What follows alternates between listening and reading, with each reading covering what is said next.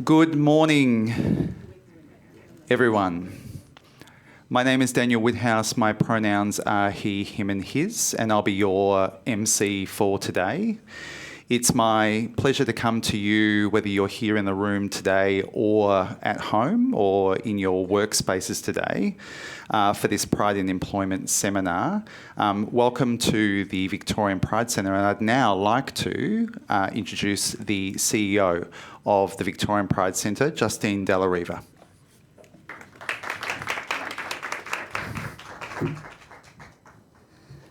Thank you, Daniel. Good morning, everyone. I'm Justine Della Riva, CEO of the Victorian Pride Centre, and I use she, her pronouns. I'm going to start this morning by acknowledging the traditional owners of the land on which we're meeting today. That's the Yalukit-Willam clan of the Bunurong peoples, and pay my respects to elders past, present and emerging. And just also acknowledge that we are on unceded land and that the Victorian Pride Centre is very much committed to a journey of reconciliation with First Nations people and with Rainbow Mob, especially after the outcome of the last referendum. It's important that us as individuals and organisations continue to work towards a more respectful, cohesive and inclusive society. I'm thrilled to have Minister Vicki Ward, Minister for Employment, with us today. The member for Eltham since 2014. Minister Ward is passionate about community and the important role government can play in supporting people finding and creating opportunities for themselves. And of course, this support is demonstrated by them being here today. As well as the support of the Victorian Government in terms of funding the seminar and our Pride in Employment program, which I'll speak more about in a little bit. We do know how important work is. It's a huge part of our lives, and so to be able to bring our authentic selves to work and find workplaces that respect and include us is really important. So I'd like to welcome the Minister up to the podium to say a few words. Thank you, Minister.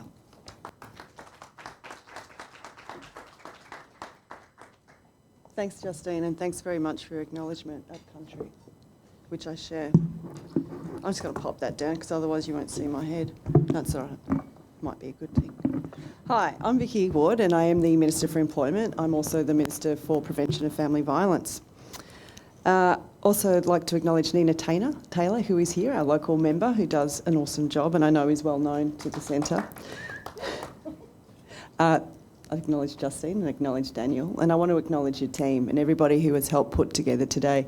These things don't happen in isolation. There's a lot of work that goes on to make sure that these things happen, and I'm really grateful for the fact that you've put so much effort in. So this is a wonderful place to gather and to learn, and I know that we're having a bit of a wander later, but it is an incredible place. And I think the most important thing that you feel when you come in here is support. How much support there is, how much generosity of spirit there is. And this is what today is about too. It is about that idea of support and what we can do to be more inclusive and to give the support that is needed to people. Feeling supported is key.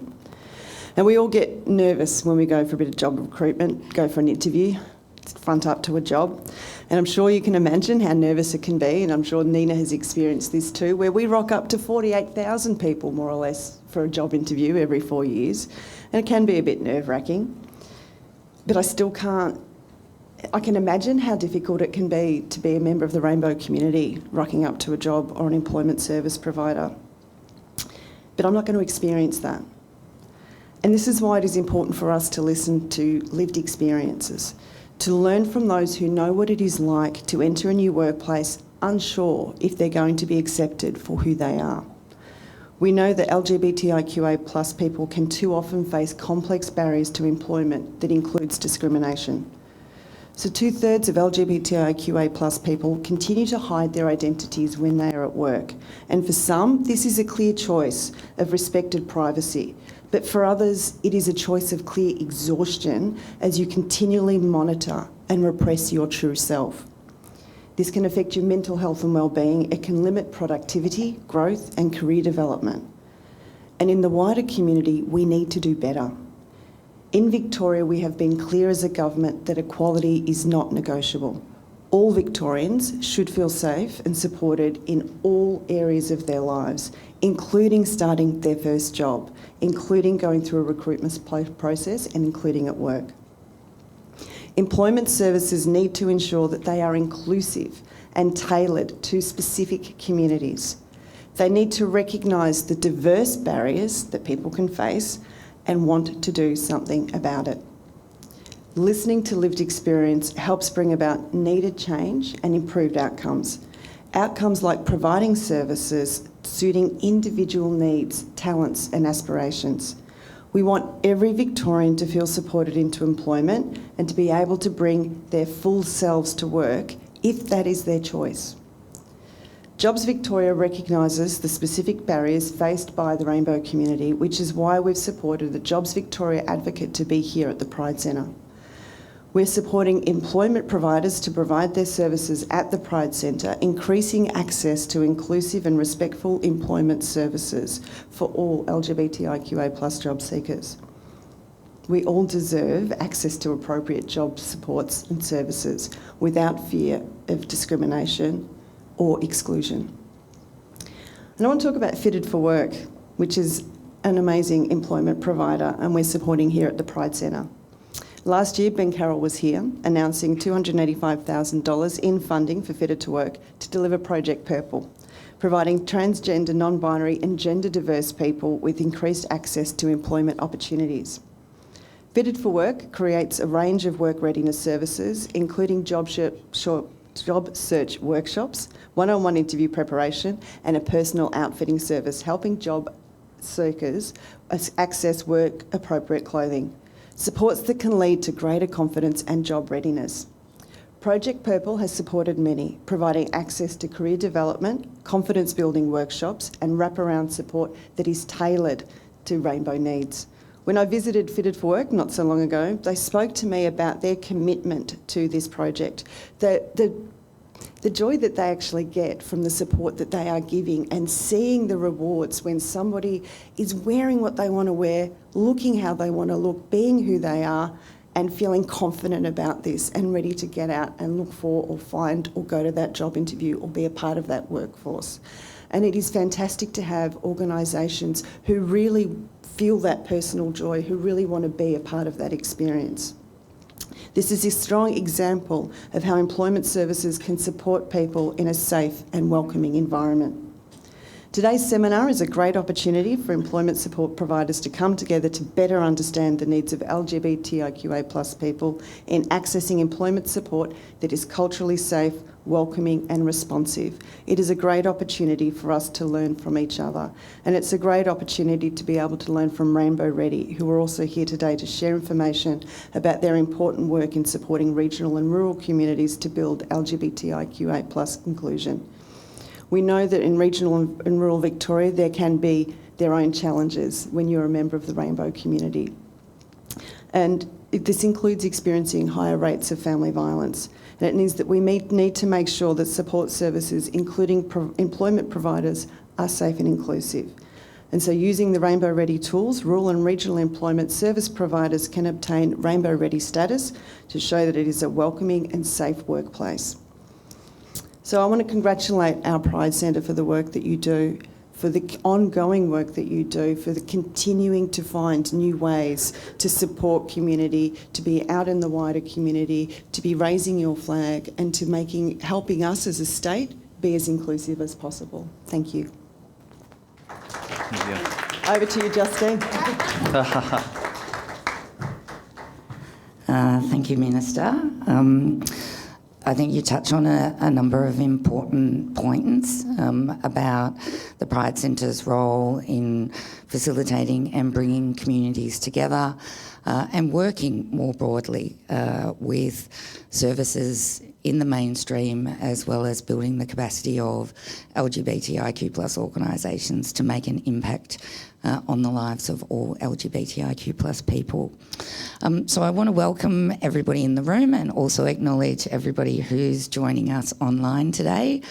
It's important to be able to have options, I think, choice. And so while it might be a little bit tricky, and I'm sure Daniel will do an amazing job, just for everybody in the room, that there are people joining us online. Today's job seminar is part of our Pride Employment program, which is funded by the state government, by Jobs Victoria.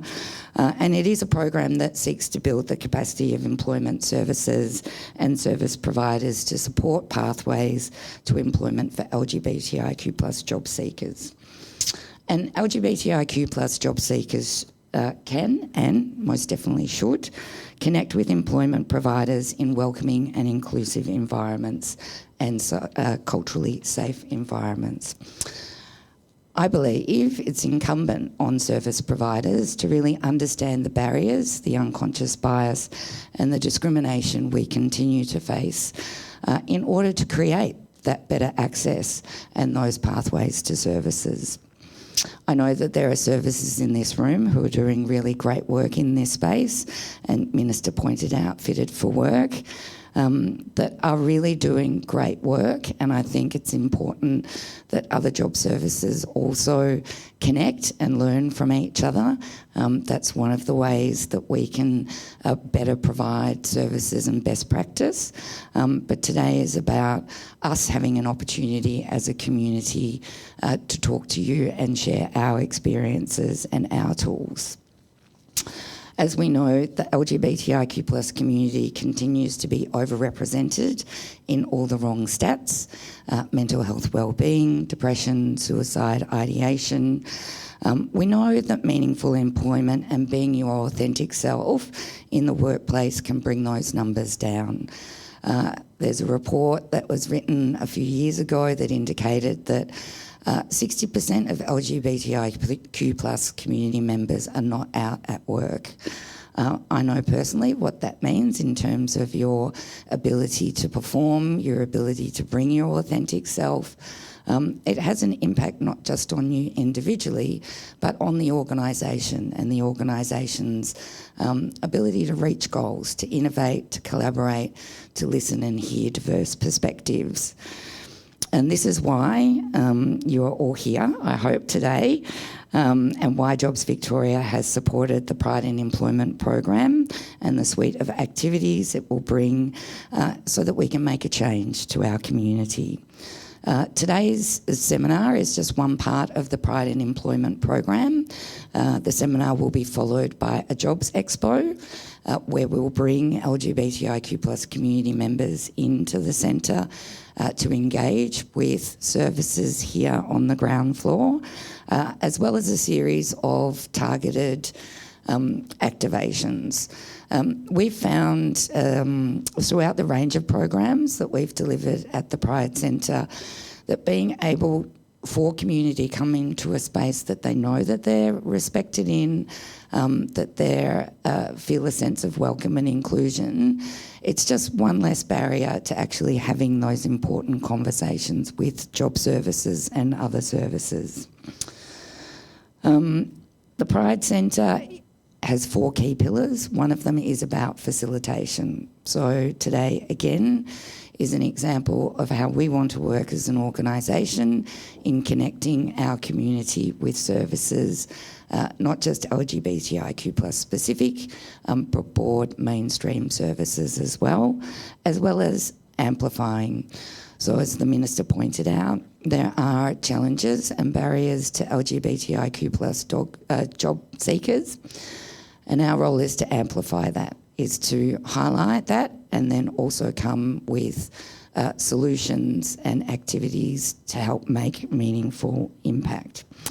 So I hope today that you, for those of you in the room, walk out, and for those of you who leave the online meeting, feel that you come away with a better understanding as well as some meaningful tools that you can put in place within your work and your organisations. So I'd also like to thank the team and Daniel for working so hard in making today possible.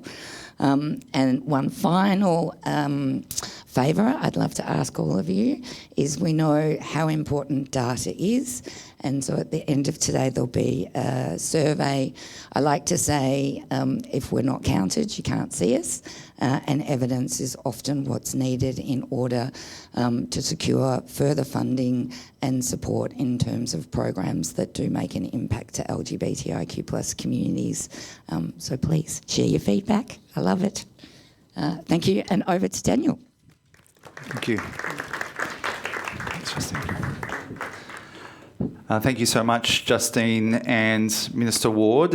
We now have a logistical challenge, which is going to be a photo opportunity with the Minister and Justine and others. We have our wonderful photographer, Teague, who's going to be here to do that today. So, Teague, how are we thinking about setting that up? Vicki and Nita, if you just want to stand in the middle, everyone else stand up around them. So everybody who can, if you can move to the centre aisle. This is your moment, everybody. No redos, no photoshopping allowed, okay? This will be the one photo. We will have Providence.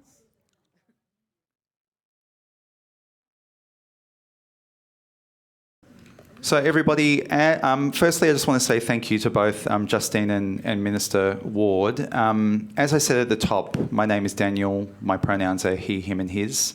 I'm lucky enough to be the CEO of Rural Pride Australia, and we've spent the last decade working specifically in regional, rural and remote Australia, and also sometimes outer metro. All the cool kids are calling that peri-urban at the moment, if you want to kind of update and upgrade your language.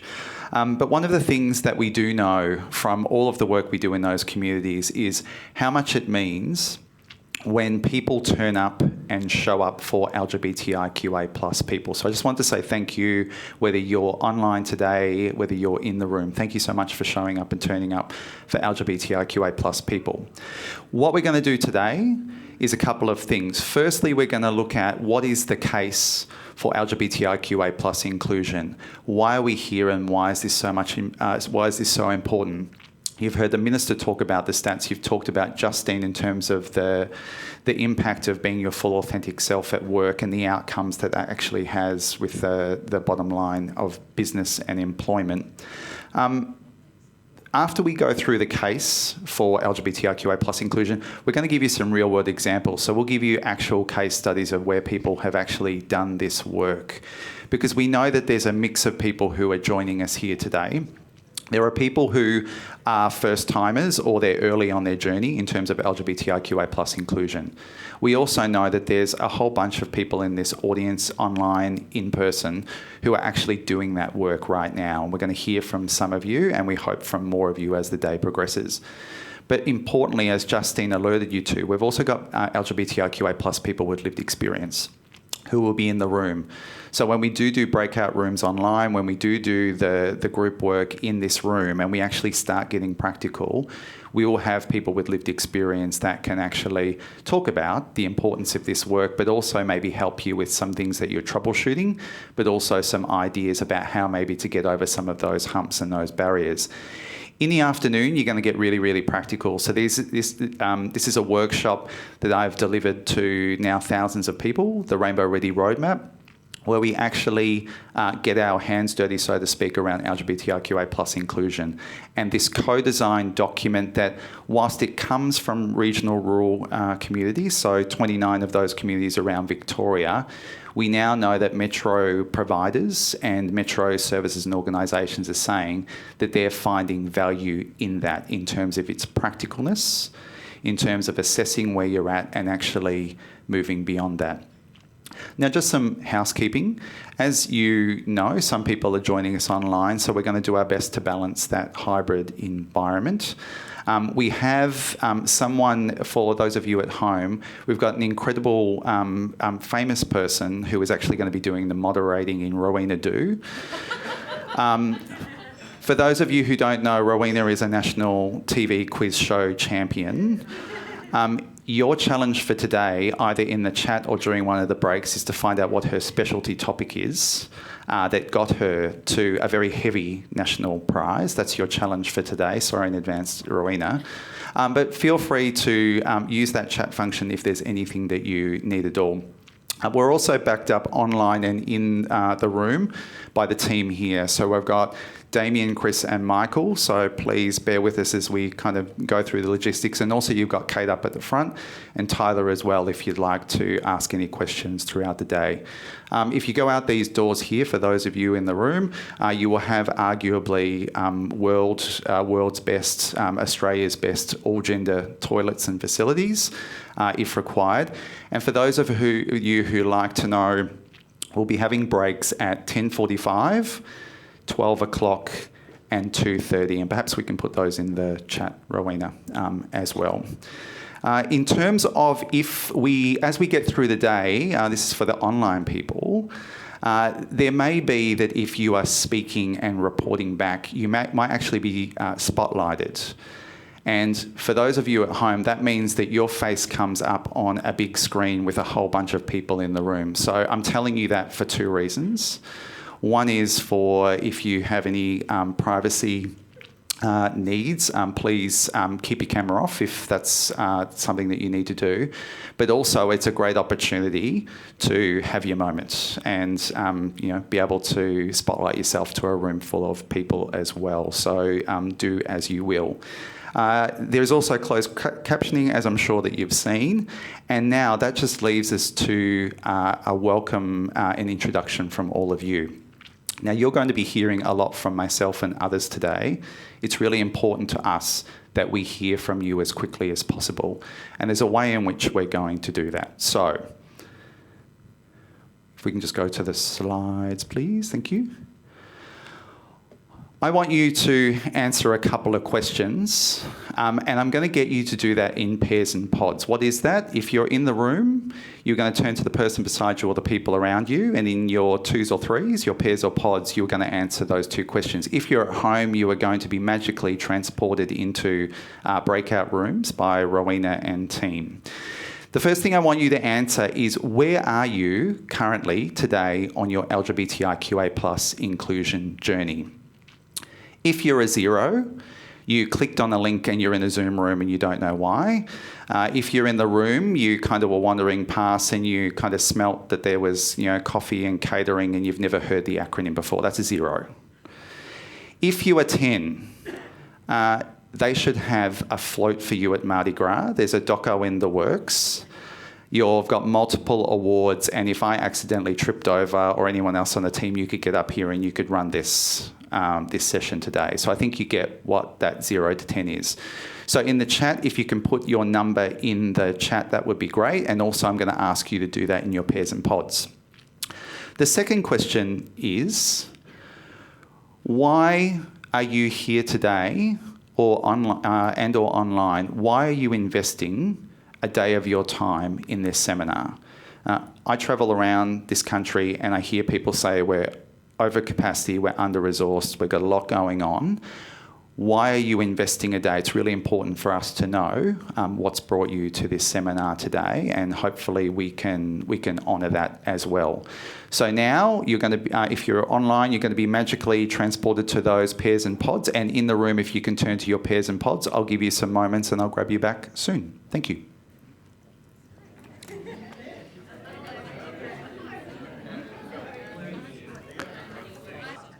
Okay, everybody, if I could please have your attention again. We're about to get all of the people online back. Thank you, Rowena, for the point that never fails. Thank you so much for that, everybody. What we're going to do now is we're going to get some feedback from you about those two questions. I'm about to do this for the online crowd. I'm about to do this with the people in the room. But what I'd like the people at home to do is to put your 0 to 10 rating for where you rank yourself in terms of your LGBTIQA+ inclusion journey. If you could put that in the chat, because we're going to get Rowena to report back on that. Now, for everybody in the room, I am going to raise my hand I'm going to get you to raise your hand as I count from 0 to 10. And when the number corresponds with the number that you rated yourself for your LGBTIQA plus inclusion journey, can I please get you to raise your hand? So those who rated yourself as 0, 1, 2, 3. Got 1, 3 online, Daniel. Thank you. 4, 5. About I have 5 online. 5 online. 5 for 5. For everybody in the room and online too, I have a soft spot for 5 and unders, so thank you for your honesty. 6, 7, 8, 9, and 10. Okay, I thought there might have been a few of them. There's always one in the crowd, and I love that. We need more 10s in the world. Okay, so thank you. And how are we going online, Rowena? Like I said, most of them were around that 5, 6, a couple of 3 or 2. Lovely. So we think that you're where you need to be today. This is the time and the spot for you. What we're going to do now is we're going to get people to feedback on the second question, which is why are you investing a day of your time at the Pride Centre around pride in employment today? So what we're going to do is we're going to throw to online first, and this is your thinking time if you're in the room. We're going to have Kate roving with the mic so that if anyone wants to volunteer why you are investing your day, we'd love to hear from you. So Rowena, we're going to hear from some people online first. Are there 1 or 2 people at home who would like to share your reason for joining us today? Who's going to be our first contestant from at home? As a national television quiz show champion, I can't help talking like that, Daniel. So Rowena, maybe whilst you're waiting for that, we'll get Kate, if you could rove around. So there's a mic that will rove so we can all hear what people have to say. So anyone who'd like to share, why are you here joining us today, please?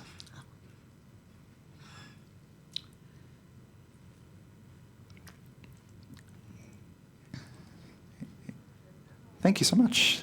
Over here and then Suzanne over here. Great. Thanks for starting us off. No worries. I was saying that I feel quite confident in my personal life, supporting friends and, family or people that I meet as an ally, but in the workplace as, I'm in the recruitment team, and I would love to learn more about how I can support people in a professional environment or support others within my workplace to feel more confident as well in supporting members of the community into meaningful employment. Thanks for starting us off. And I love that what you talked about was that it's contextual, because allyship, and how you do that depends on the context around you. It might be that in your personal life you've got a little bit more of a knowledge and a confidence in the context around you, whereas sometimes people say, I don't know, for example, whether I've got a supportive authorising environment, how my colleagues might respond.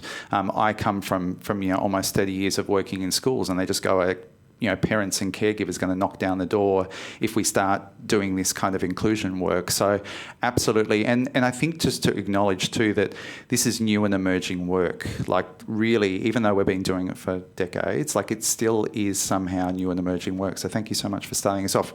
Suzanne, please. Thank you. Hi, I'm Suzanne. I'm from Berry Street. I'm the Manager for Diversity and Inclusion. I use she, her pronouns. I'm here with 2 of my colleagues from the People and Culture team at Berry Street, and we're on our Rainbow Tick journey and hoping to have our accreditation done in September. So, I guess I've been in the LGBTI sector for almost as long as Daniel, but I don't know a lot about the HR kind of people and culture side of things, so I'm here to learn personally about that and also to support my people and culture team. And as you say, and as Australia Post said, there's always something to learn. So keen to, and also a bit of networking. It's nice to be here in person. Yeah, great. Thanks so much for being here, and thanks to you and the team. And I always think if people are on their journey of LGBTIQA plus inclusion and they're making it official and they're on the cusp, it's worth a clap. So congratulations to yourselves for that. But we will be keeping our eye on you about how you get over the line. It's great. Yes, so we've got some people online. Thank you. I've got someone online just to chat, and then I'll go to Michael, who has been brave to be the first person to be on the big screen. Thank you, Michael. James, who was a 7 on his journey. I'm here because I'm currently looking for jobs, primary corporate consulting jobs, but also looking at LGBTIQ plus jobs and what opportunities there are to work with the community. So now let's see if my technology works and we can bring you up, Michael. And also thank you to James, and slide into James's DMs and personal messages if you want to hire James today. Welcome, Michael. Great to see you. No worries. Thanks very much. It's fantastic to be here today. So in my group, there was myself. I worked for a tertiary education provider. There was Jennifer, who worked for a not-for-profit, and Kate, who works at a vocational education provider.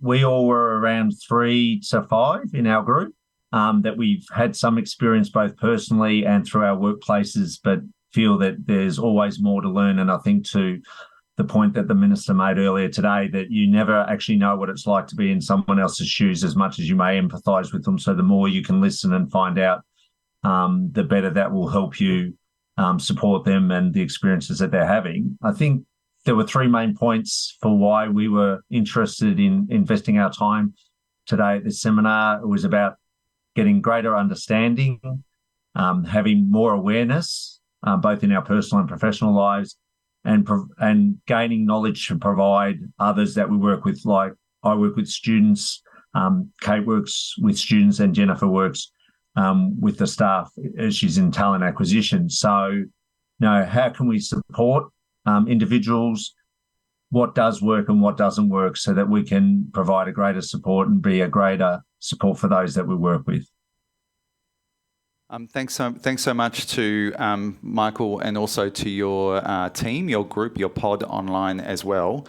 I think that for one of the reasons that you describe about wanting to get greater understanding today, that's one of the reasons why we're so lucky online and in the room to have lived experience, and also people who have worked with lived experience in their organisations. And sometimes I think that we know that LGBTIQA plus organisations and services do remarkable jobs, but also there seems to be this kind of potential magic that can happen where you've got mainstream organisations who are starting or progressing that LGBTIQA plus inclusion journey, and that I'm going to give you a spoiler alert for where we go to in the afternoon.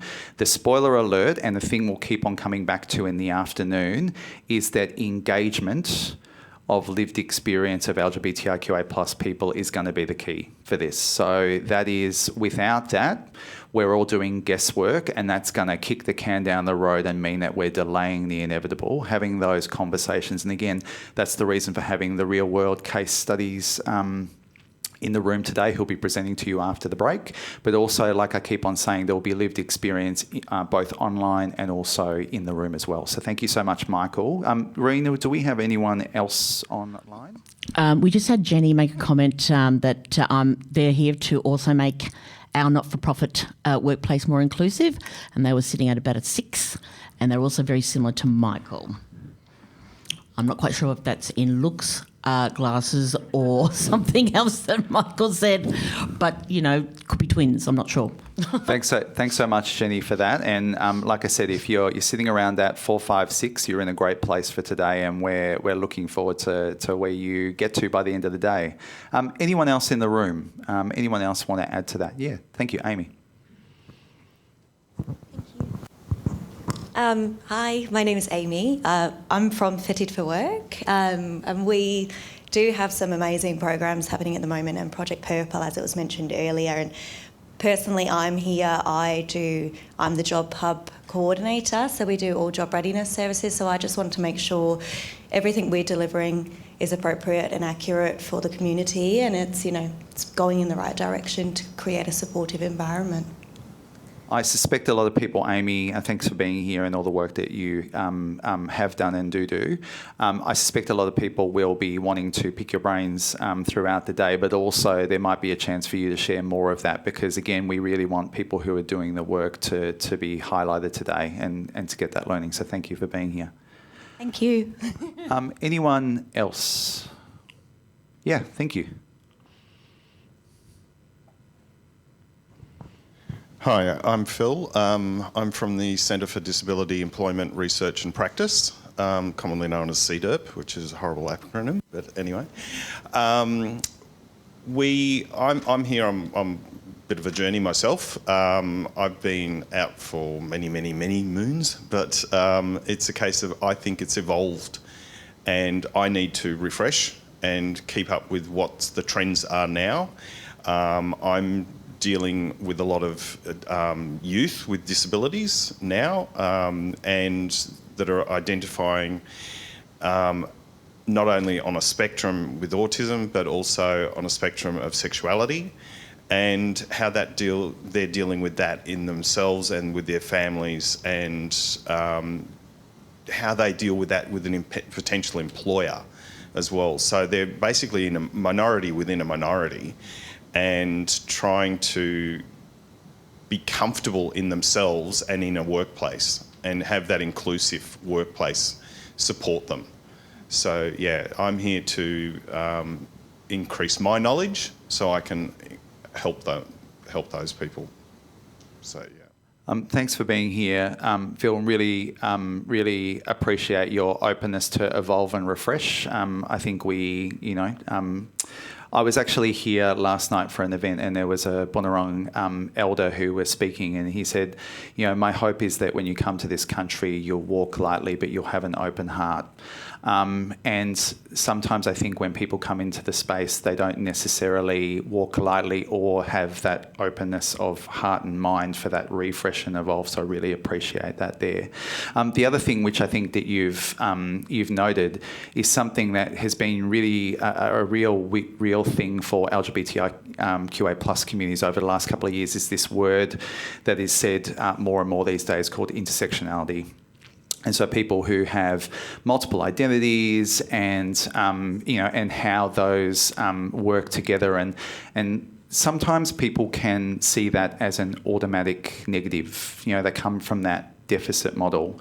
And there are two things that I always think about in terms of intersectionality. Actually, there's three things. The first is if someone says that they know exactly what they're doing around intersectionality, they're telling you fibs and lies, especially in terms of putting that and applying that. But I always think about it in terms of two things.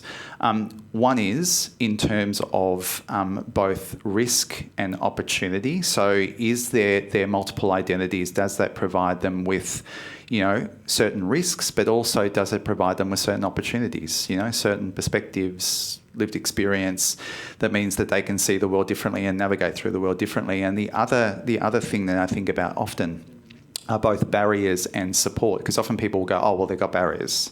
But actually, what we know is that they might have access to a whole range of other supports in their lives that we're actually not asking about or seeing or factoring in as well. So we've got a lot of work to do, but I think, thanks so much for bringing that in. And also, I'm always, when people, identify and share their lived experience in a space, just want to say thank you for that too, and in advance for anyone who chooses to do that. So welcome, Phil. Any more people online or comments, Rowena? Just a question about the recording. The recording will be available afterwards, after we do a little bit of photoshopping, touching up and making us all look fabulous. Yes, it will be available. And a couple of edits. Thank you so much for the clarification. And please keep those questions coming through, including in the room. Is there anyone else who really feels that they want to share something before we move on? Yeah, thank you. I'll be brave. My name's Simon. I'm actually a learning designer, and we're working in with DEA, NDIS to design online learning that's to do with employment. But I came here today because as a gay man, I've had some pretty brutal experiences in the workplace, which if you want to come up and ask me some questions. But what you got me thinking about, and that's why I put up my hand, is what's really hard to negotiate when you're in that experience is your personal self versus your professional self. Because when you go into a workplace, there's all these expectations, and you start to sense all these barriers not disclose who you are. And it can be, whereas out in your personal life, it can all be very rosy and much easier because you've built those support networks. I'm just going to leave it at that. I don't know what the answer is, but you just got me thinking about, past journeys and experiences. So have fun today. Thanks so much, Simon. Again, for sharing your experience. I'm just really sorry to hear that you had brutal experiences. Unfortunately, we hear too many of those experiences. I think that you and some others have talked about this quite a bit in terms of the personal versus the professional. And one of the observations that I've seen and through the feedback, I've been lucky enough to drive around the country and speak to thousands of people and interview them and ask them about their experience. And what they'll say is in LGBTIQA plus land, it's more personal than the professional, and there's that rub that's coming in. And then in the professional, in workplace settings and others, there's more the professional and the personal. And when the personal kind of comes up, it rubs and it doesn't necessarily fit. And it's usually LGBTIQA plus people who are doing that, what they would say emotional labour, or they're doing the work and suffering the potential backlash. So the burden's all on us, and it's not necessarily on the providers, but we're seeing that shift. We're absolutely seeing that shift, and not enough to budge those stats quite yet that the Minister and the CEO of the Pride Centre, Justine, talked about, but we're on our way. And again, the idea for today is to share more of those stories, but also give you what LGBTIQA plus people across this state have said, these things work. They make a difference. They make it non-brutal, and we need to do everything we can in that space. So I just want to say thank you for sharing, Simon. Any final comments or thoughts? Anything in the chat, Rowena? Jenny was just interested to make sure that, and I explained to her about, what we're doing this afternoon, because it's about the challenges of what, particularly when you go into a conservative workplace, and the challenges and coming up with solutions for people to be able to be their authentic self and to feel inclusive. And I think that's a really good reflection, because in some places, and certainly just coming from government, there were some places where absolutely I could wear my sequins and they were appreciated, but there was definitely other places where it was not appreciated, and that was just in a government where equality is non-negotiable. So, when you talk about some of those non-traditional places for LGBTIQ people, it can be really challenging. So I did explain this afternoon, as part of the Rainbow Ready roadmap, there are tools and strategies that we give you. So please stay around. Yeah. Please do, Jenny, and thank you for that. And I think that one of the things that comes from that is that one thing I keep going back to is that LGBTIQA plus people are experts in their safety and how they navigate. And so when workplaces and settings, and particularly rural and regional communities, say, we haven't got any of those, or we haven't seen any, or whatever it is, I just go, these people are experts in their safety and they're choosing not to identify. What we're going to talk about this afternoon is a whole set of examples. So where we draw the Rainbow Ready roadmap from are real world examples. They are things that have happened. They are things that have happened in the settings that you work, and you'll hear other settings as well. But they're things where LGBTIQA plus people have given them the tick off. So there's nothing in those resources that hasn't been done where there hasn't been engagement of local LGBTIQA plus lived experience. So that's how we know that we haven't solved it. We haven't got everything we need, but we know we're on the right track in terms of that engagement and things that are meaningful for LGBTIQA plus people in situ in these particular settings. And that will be the spirit with which we share this afternoon. And I'm excited to take you through that. So it'll be lively, and it'll be a lot less. You'll hear hardly anything from me. You'll all be doing the work. So stay tuned. Including for the people at home, we've got some plans for you too, so stay tuned. So now, before we go to the... Will we do that? Before we go to the break, I just want to leave you with some thinking. And this is something that has been shared across the, particularly the state, but also across the country, in terms of something that gets your juices flowing around LGBTIQA plus readiness. Because people go, In the past, when I first started the work back in the 1990s, and if you weren't there, everybody, it was wild, okay? It was wild, and I can see some noddings of the heads. But people had this idea, it was very simplistic, it was very black and white. It was either you're ready or you're not, okay? We're ready to do this or we're not. We're going to get all the resources, it's going to be all guns blazing, or we're not going to do it at all, and that's it. What we do know is that there is a continuum of readiness, okay? It's not whether or not you're ready, it's how ready you are and what it is that you can do in response. And in the spirit of that, I just want to share something for you before you go to the break to reflect on your own settings and teams and spaces that you work in. And that's called the discount model. So what the discount model says is that we are trying to budge the status quo. Okay?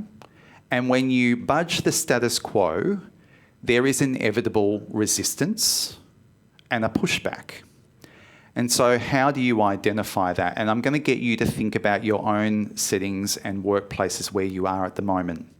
So let's just use it in terms of LGBTIQA plus inclusion. So the first stage of the discount model. Rowena, we'll be sharing these with people afterwards. We'll be able to share these slides with people afterwards. Your wish is my command.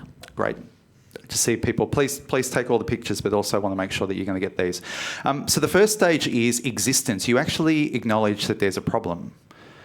Oh, you saw the stats on LGBTIQA plus people. Oh, we need to do something. The stats aren't great and we have a part to play in that. So existence is there is an issue around LGBTIQA plus inclusion.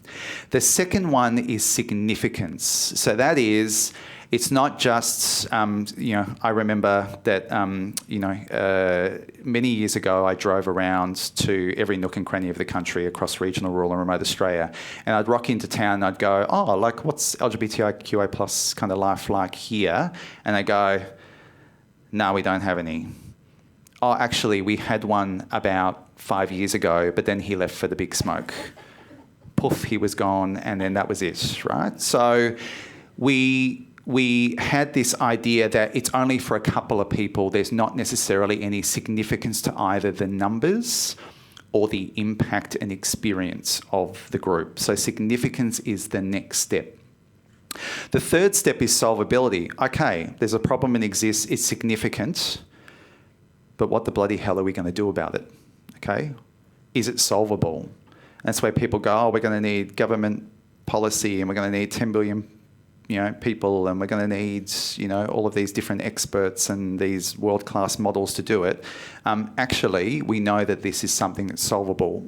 We have the Rainbow Ready Roadmap. We have your examples in the room. We know that this is solvable. Okay? This is not something that is insurmountable. Then we get to the stage where people go, oh, maybe that's okay for Fitted for Work. You get funding and you sit at the Pride Centre. We're Berry Street. How could we be moving through, a rainbow tick? We don't necessarily have the resources, or any number of other kind of examples. That's okay for them, but it's not necessarily something that we can do here. Okay, so that's often a barrier as well. And then the last one is thinking about taking action, and that is where people will say, look, there's a problem, it's significant, it is solvable, we might even be able to do it here, but do we know with all of those things, do people always take action? Do people always do that work and take that next step? No, we don't. And what we find is that often is around a couple of things: supportive authorising environments, and whether that's in place, but also relationship to community and other stakeholders, okay? And so usually with those two things, people are much more likely to take action, because often the people who are pushing LGBTIQA plus inclusion might not necessarily A, feel safe to do that, or B, actually have the decision-making and the resourcing kind of behind them to be able to get these things in play. They can just kind of keep on making recommendations, if that makes sense. So with that in mind, and that in your minds, that may or may not be useful. So as we go to the break, what I would like you to do is think about where you are, where you think your team, your organisation, your service is at. We are now going to go to one of the most fabulous morning teas you're ever going to get. You got tea, coffee and everything in between, reminding you of the all-gender bathrooms as well. We're going to resume about 11 o'clock. Please feel free to come and see myself or any of the team if required. Also, if you're online, feel free to keep on popping those questions and those thoughts in the chat. Thanks so much for your time and have a great break. Thank you.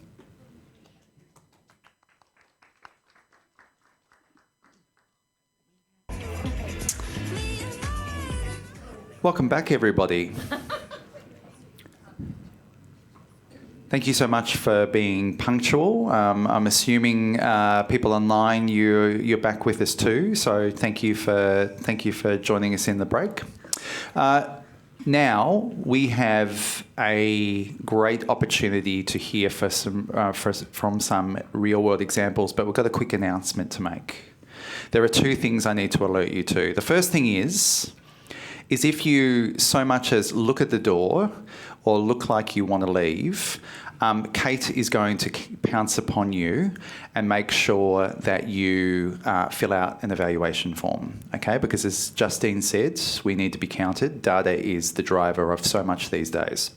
So if you do need to leave, we understand, but please, if you could factor in doing that evaluation form, that would be great. That goes for everybody online as well. And the second is, this is your challenge, everybody. There is apparently a pink pen that has gone missing during the day. If you could hand that in to Kate at the table, that would be great, okay?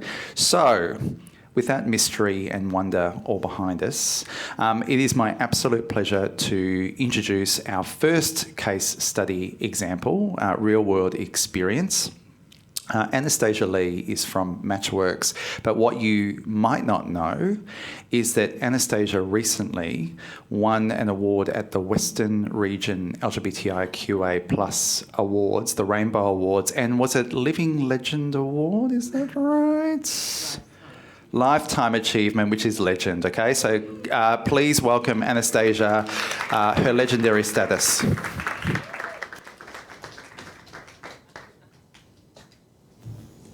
How am I gonna recover from such a wonderful introduction? So my name is Anastasia Lee, and I am Matchworks' National Engagement Partner for LGBTIQA+ community, but it's been on the debate whether we should extend it to the intersectional portfolio. So for me, I would love to quickly just talk a bit about, I'll be speaking from personal and professional experience. I've been doing my advocacy within the LGBTIQA+ sector within the past decade or so, or more than a decade, and I've been with Matchworks for 2 years, and during that time, I've managed to learn the systems across 2 contracts. So it used to be Job Active, now Workforce Australia, as well as the DES program, the Disability Employment Service program. Now myself, I am a proud woman of trans, forcibly displaced, and of colour experience, if you can't tell that I'm of colour. And with my journey, with my lived experience alone, I have lived through this structural and systemic discrimination, and it really helps me to then navigate the human services as well as the social services system. I have a wonderful blessing to be working at Matchworks, and it happened that as soon as I got my working and my living rights in Australia in 2021, after my COVID hotline and vaccination line contract ceased, I became available for job seekers payment, and I got referred to Matchworks. And thankfully, the site manager at the office at the time, they recognised me through one of my speaking gigs at a city council. And they said to me they wanted me to be part of their team since that time. And within 2 years from a casual receptionist at Matchworks, I got the opportunity, I got really great supportive management or leadership, I shall say, to then enable me to roll out this this particular community engagement portfolio from a local level to state and then to national within, and I think, yes, since September, October 2022 till now, yeah, I progressed that much. And, you know, and again, I cannot say thanks enough to the significant leadership and the understanding of, you know, the understanding and the appreciation for diversity values. Now, I would like to start with, just to help everybody in this room here to understand how much work can tap into the Employment Fund to support intersectional people. And I say intersectional people because, you know, with Much Worse programs, we either work with people on job seekers payment or those on NDIS, or those might be eligible for NDIS, as well as those on disability support payment and who would like to work. So that is something, so within, you know, 3 months working with Job Active, now Workforce Australia, and my first 3 months working at a post-placement support and ongoing support consultant, this is what I managed to then capture.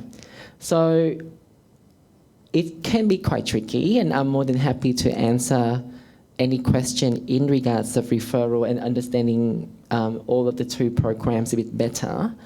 But I would like to talk about how Much Works utilises the Employment Fund to help the LGBTIQA+ community. So with the, for the LGBTIQA+ community, my leadership and myself, like, we work together and we understand the specific needs, such as like change of IDs, supporting in domestic violence, sexual assault recovery, as well as, you know, we understand the cross-section between being neurodiverse and being queer.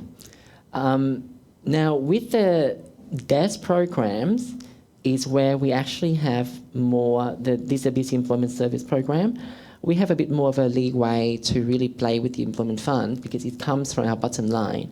We tailor it to the needs of the participants that we have.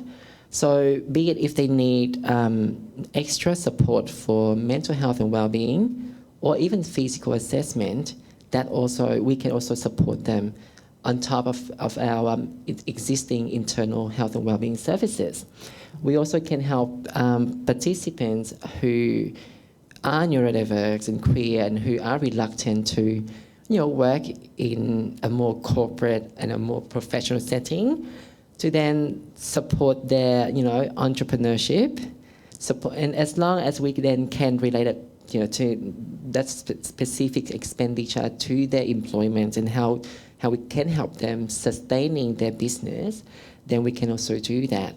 And of course, for both of the fundings we receive from DUA or Department of Social Services, we can also help our participants to update their name, their gender record, and according to the state they live in, because Much Worse is a national organisation and we have about 72 to 80 offices, I recall, from Western Australia to South Australia, Queensland, Sydney, New South Wales and Victoria.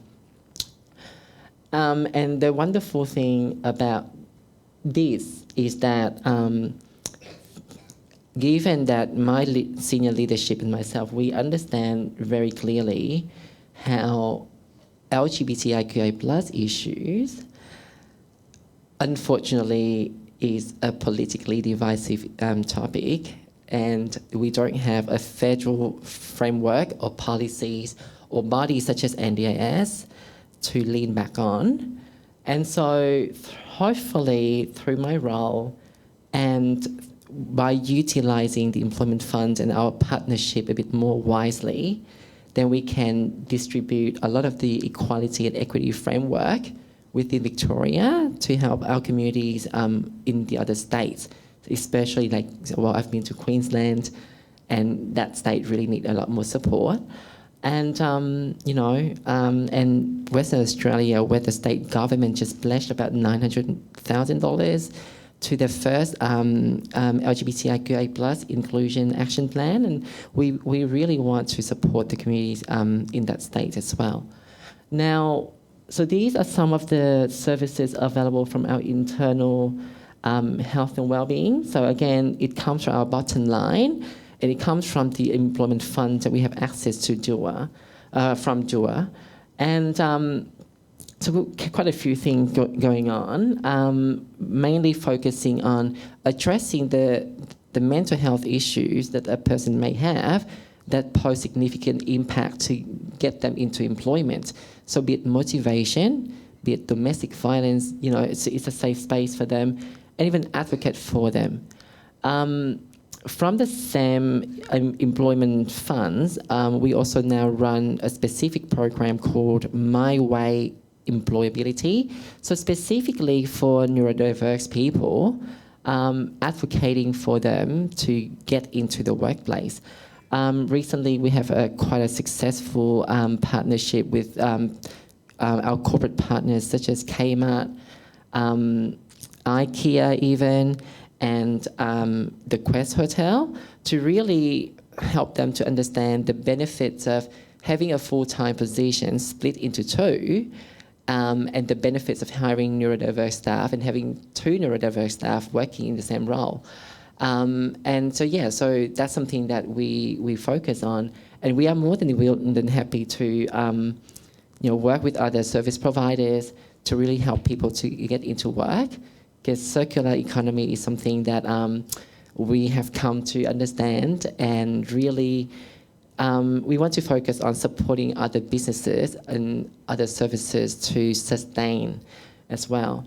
Now, recently we have also developed a bit of a physical health and wellbeing programs as well. It's not exactly such as occupational therapy. It's more about helping the person determine their physical capacity to do certain tasks as work. And if they plan to apply for DSP, then we can use the same physical assessment to then help them to understand whether they would be eligible to go through the process with Centrelink to be applying for DSP as well.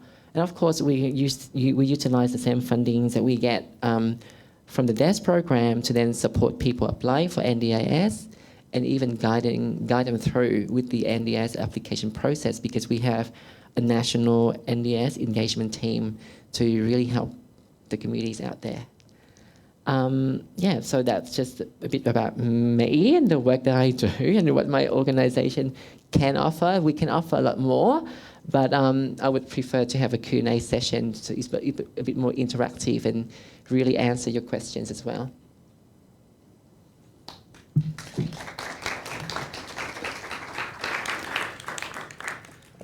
So thanks so much, Anastasia. Firstly, thank you for channeling your LGBTIQA plus and intersectional experience into this role. And that flowchart was the first time I saw it, it blew my mind. I'm still needing your help navigating that. But the other thing I note is that you said that this work is political.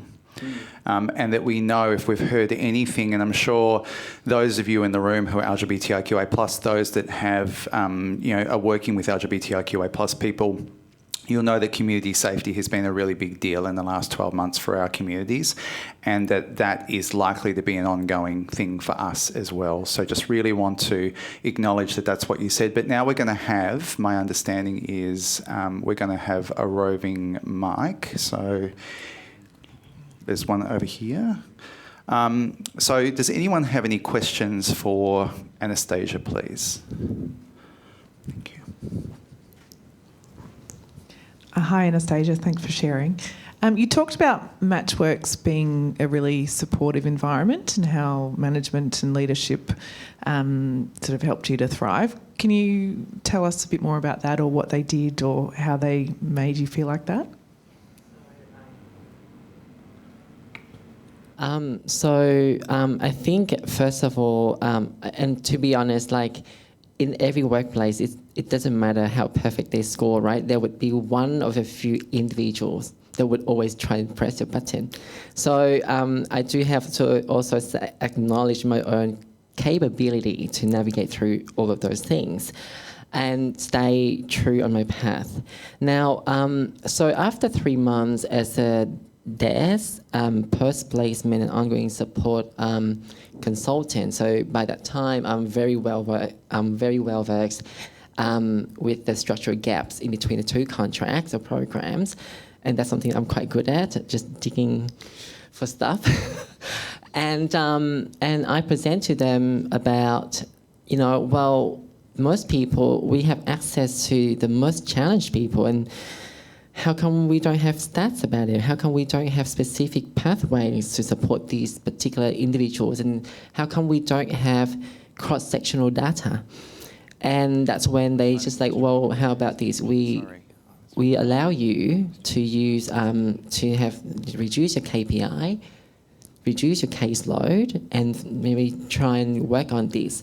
And so it's just from that, and I think, and the fact that they really respect my input and my findings, and even though we didn't have the exact structure, like processes and measure professionally in, and it's being developed now, but then they actually really looked at my report and really understand the issue I try to raise. And I think, so the allyship, I think, is important. And for them to then acknowledge my lived experience as an asylum seeker turned refugees, as a domestic violence and sexual assault survivor, as a trans person, as a person of colour, and to and my senior leadership also understand the pressure that floor staff has on a daily basis, because and I have to say, people who work in employment services,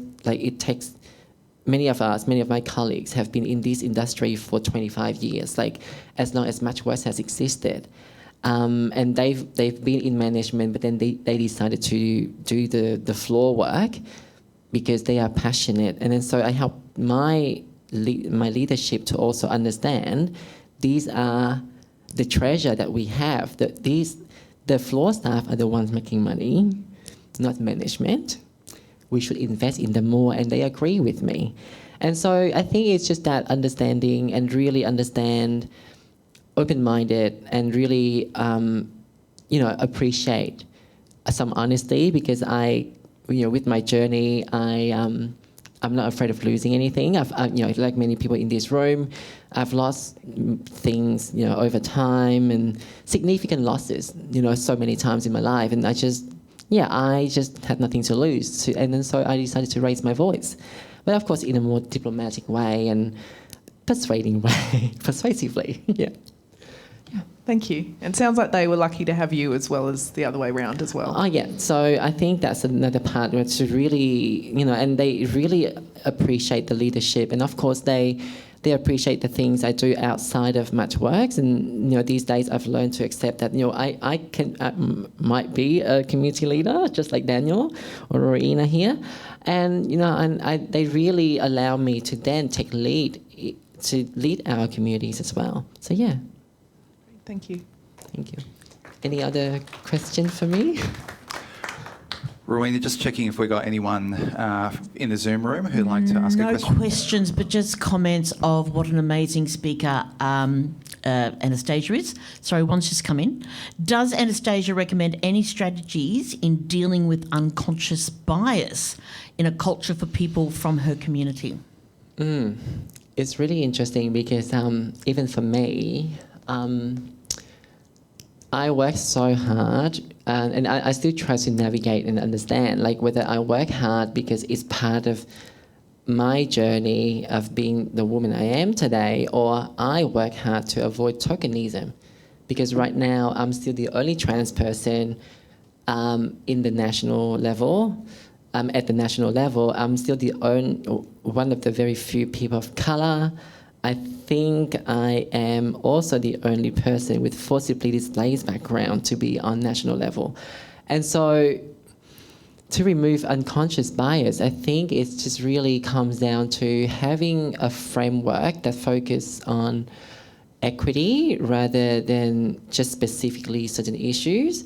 And that's something that I constantly, when they tasked me to do the LGBTIQ plus portfolio, I did say, well, it's a bit more challenging because I can see, switching in between hats, I can see all of these gaps that need to be filled. And you can't just ask me to be doing just one thing. Maybe we can have a strategy where we focus on one particular social aspect, then we can insert the other identities in. But at the end of the day, it's about the equity framework, and really to make sure that and we're hiring people, or we're supporting people, not based on both metrics and merits as well, not just metrics or merits. And if it's merits, can we then deliver or create some programs to then uplift those with merits to obtain the same metrics as the majority? I think that's another thing that we can do. So, yeah. Thank you. And we've got time for one final question. And the winner is? Me. Hi. I just had a question around if you find or identify an organisation that your job seekers may find a job in, do you do any sort of audit to make sure it's a safe environment or any investigation?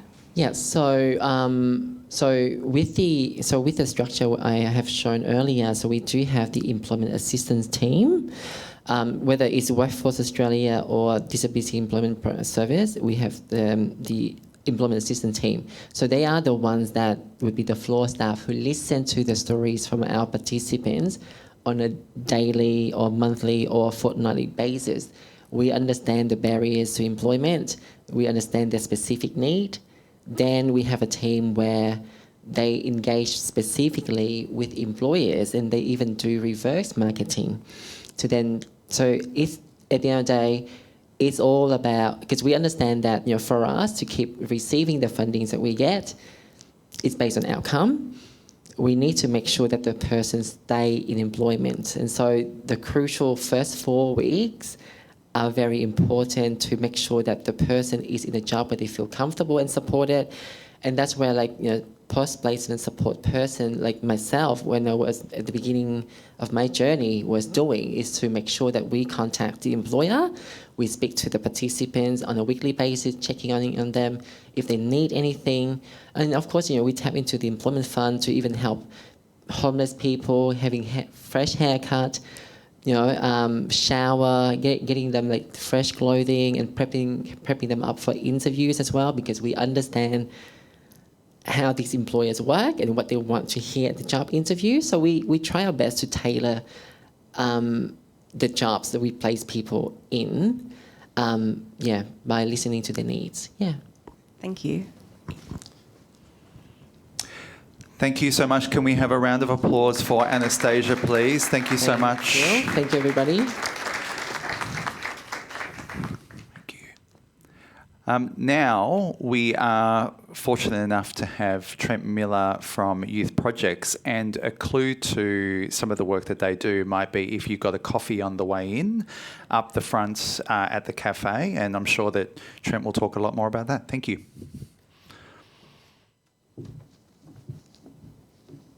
Slides. Oh, I've got the clicker.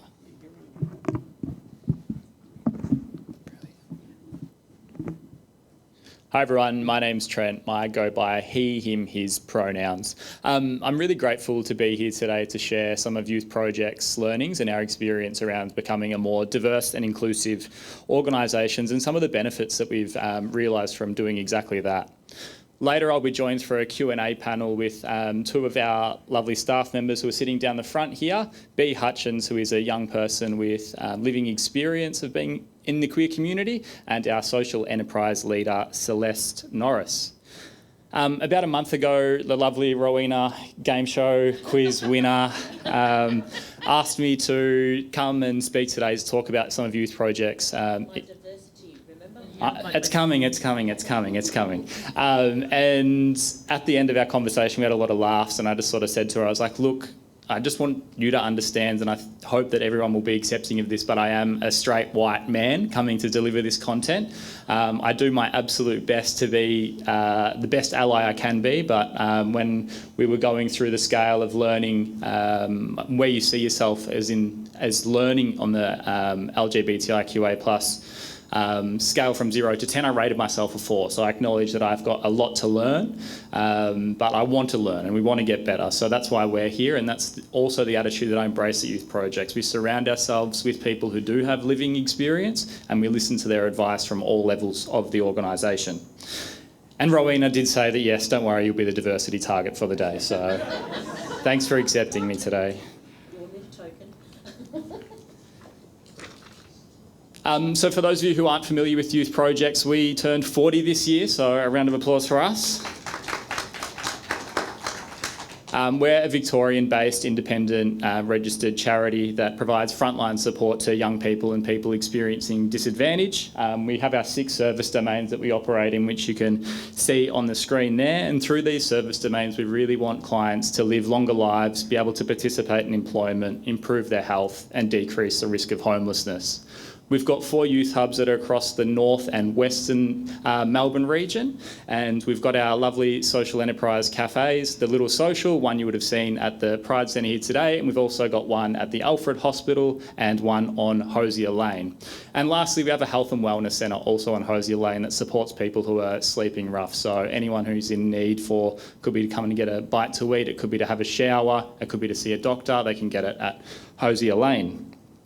If you want to know more about our organisation, please feel free to get in touch after the event. So for youth projects, there's 5 major reasons why we see being diverse and inclusive as essential to our organisation. First off, lived experience is absolutely crucial. If you've worked in the sector for a long time, you understand that individuals with lived experience bring a far deeper understanding of the challenges and needs of the people that we serve. Their empathy leads to far more effective and compassionate support. And my new favourite quote at the moment is, "Not about me without me," which just to me resembles lived experience and using it to its absolute full potential. Secondly, equality and equity are fundamental to youth projects, and I think the third sector more broadly. That's why we're all here and that's why we do what we do. We have a saying at Youth Project that there's no wrong door here. So regardless of sexual orientation, gender, age, race, disability, any other forms of marginalisation that won't be seen at Youth Projects, we'll make sure that we see you as the full person that you are. Thirdly, we aim to reduce stigma and discrimination. We know being inclusive can help combat stigma and discrimination and promotes a more acceptable and respectful society that ultimately creates a better life for all people, and obviously the queer community sits within that. And selfishly, from an organisation perspective, by adopting these principles, we attract a wider talent pool. We get better people within our organisation, which can then in turn lead to demonstrating better outcomes with the clients that we're servicing. And lastly, again, selfishly and business related, but by specialising in certain services, we can enhance our business, we can grow our services, we can scale our impacts. We know by focusing on particular groups of people, you can provide a higher quality service because you really get to understand the types of challenges that they're experiencing. So being an inclusive organisation doesn't just happen overnight. You need to plan carefully, you need to think about where it is you want to go and how you're going to get there. We broke ours into 2 phases, and initially this first phase is really establishing foundations, which took us around 3 months. So within that, we had to form a working group. So, put an expression of interest out there to staff who are interested in being part of a diversity and inclusion committee, and ensure you've got representation from all levels of organisation, right from executives to the clients that you serve and everywhere in between. You've got to allow time for these sorts of groups and initiatives to develop. I think one of the biggest failings that organisations often do is that this sort of work comes in addition to your other job. There's no harm in actually blocking out a couple of hours to be able to work on these specific initiatives that you know are going to add value. It's unfair to expect people to do extra work on top of their job for something they're passionate about, and you're simply just not going to get the result you're after. once you've really identified the right people and you've got the working group, they're going to be your key spokespeople. They're going to be your first change makers. You need to empower them with a budget. You need to identify your goals, and they're the ones who are going to bring the rest of your organisation across to make sure you are more diverse and inclusive, and everyone starts to adopt the same languages, behaviours and values.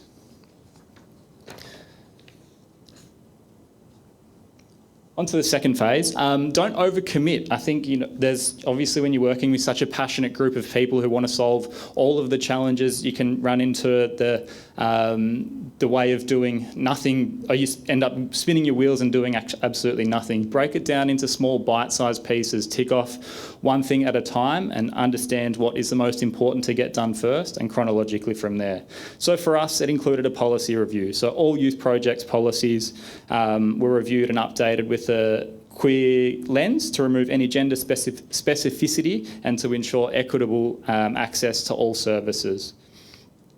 This included updating our paid parental leave. So regardless of gender, birthing mode or pregnancy, youth projects employees were all entitled to paid parental leave. We adopted inclusive language guidelines, which are now done in our induction and are mandatory for everyone to do on a 6-monthly basis to ensure that we're continuing and learning any potential changes that are happening within the space. We know it's an emerging space and we know things are changing frequently, so it's a good opportunity for all staff to continue learning. And also have a bit of fun. Participating in Midsummer and getting people to events like that helps build a workplace culture. It makes more enjoyable, and it's not always coming at it from a deficit lens. We know we need to celebrate this community. It's fantastic, and I love attending Midsummer, and I learn so much, and love a dress up as well, to be honest. So some of the major wins that youth projects have experienced. We were successful in delivering a free government-funded LGBTIQA+ focused mental health first aid program. This program was specifically designed for young people, and in total we've run 10 programs which have supported over 100 young people to receive specific mental health training support. I've mentioned it before, but the Little Social Pride Centre, if we weren't on our way to becoming a more diverse and inclusive opportunity, we never would have had this cafe opportunity here at the Victorian Pride Centre. And it's such a wonderful space to be able to support young people who are often furthest from the labour market and facing the most significant disadvantage, to be able to get their foot in the door, have a job, learn the fundamentals of being at work, and help build their confidence and aspirations to then transition into the open labour market. We were lucky enough to be funded by the Department of Family Fairness and Housing for a regional and rural youth mental health research project. Daniel alluded to before, there's often a lot of service gaps and misconceptions in regional and rural areas, and it was really insightful to go into those pockets of Victoria where it's not necessarily as prevalent as it is here in Melbourne, and we're hoping that more work will come of that research project. And lastly, we're just about to launch a new program. The acronym, everyone will love this, is QPOP. So it's a queer psychosocial outreach program which will be delivered in Wyndham. And so if you've got any young people in that area that would be interested in receiving support from youth projects, feel free to get in touch. So how do we actually know that we're doing a good job, or whether or not we're doing a good job? So we came up with a few really simple measures. The first is our workforce profile. So we've now got a workforce where 28% of our staff identify as being part of the queer community. And additionally, over 80% of our workforce are reflecting in our 6 service domains. So we're living and breathing being in a lived experience workforce. Next, what's our employee experience? What are people saying about youth projects? So we get certified through an organisation called Great Place to Work. They're an external accreditor that asks staff a whole bunch of staff engagement questions, and within that we had 95% of youth project staff who identify as LGBTIQA+ state that we're a great place to work, and most importantly they're treated fairly regardless of their sexual orientation. We want to get to 100, and that's what we're hoping for next year. Lastly, our client experience. So our client engagement survey indicates that we've had an increase in 64% of people who are from the rainbow community, And what that's telling us is that either young people are being more willing to disclose their sexuality to us because they can see we're a diverse, inclusive organisation, or we're attracting more people from the rainbow community, or maybe both. And lastly, I just want to quickly read a quote that we received from a young person. I couldn't fit it all on the screen. Youth Projects is a service that truly understands and embraces my queer identity, has been a game changer for me. It's like finally being seen for who I am and knowing that I'm not alone. This service has given me a sense of belonging and joy that I have never experienced before. So thank you.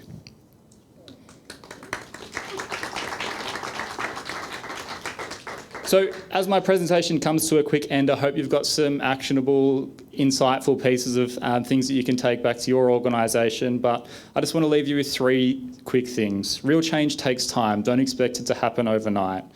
Foster a culture of belonging. Make sure everyone is involved and find who your change makers are and empower them to be the change that you want to see within your organisation. And don't forget to continuously measure and reflect. It's an evolving space, and it's always a good opportunity to go and see what your clients are doing, what your staff are saying, and what the general public perceive you of you and your organisation. So I'd love to now invite Celeste and B up to the stage. As they're coming up to the stage, I hope you're all thinking of some wonderful questions, and that includes the crew online. They've been a little bit quiet. They had a strong start, but they seem to have phased out a little now. So, hello. Hi. All right. So, quickly, B and Celeste, can I just get you to quickly introduce yourselves? My name's B. Hutchins. I am 23 and I am a queer autistic woman. My pronouns are she, they. Amazing. Hi, I'm Celeste Norris. I am the social enterprise leader at Youth Projects. I've been there for 6 years. So I manage all of our social enterprise cafes and our Here for Hospitality program.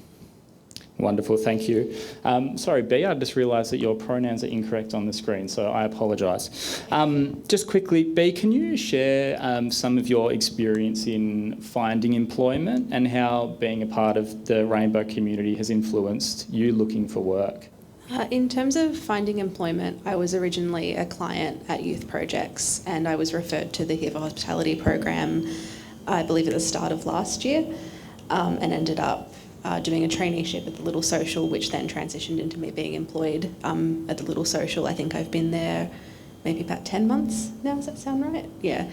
And as a person in the rainbow community, getting support from Youth Projects was really helpful because in the past, a lot of the employment services that I'd been referred to were all from Centrelink, where they would basically get you to do a certain amount of job searches, like 20 a fortnight or something like that. And even though I had flagged with them that I was disabled and had problems with my mental health and needed that extra support, it just wasn't accommodating for me. So to be somewhere like Youth Projects, where I'm working with a youth mentor who has that lived experience, who is also queer, who is going to understand that those sorts of numbers-based job searching isn't going to work for me, it was just really helpful, and yeah, it was really life-changing, honestly.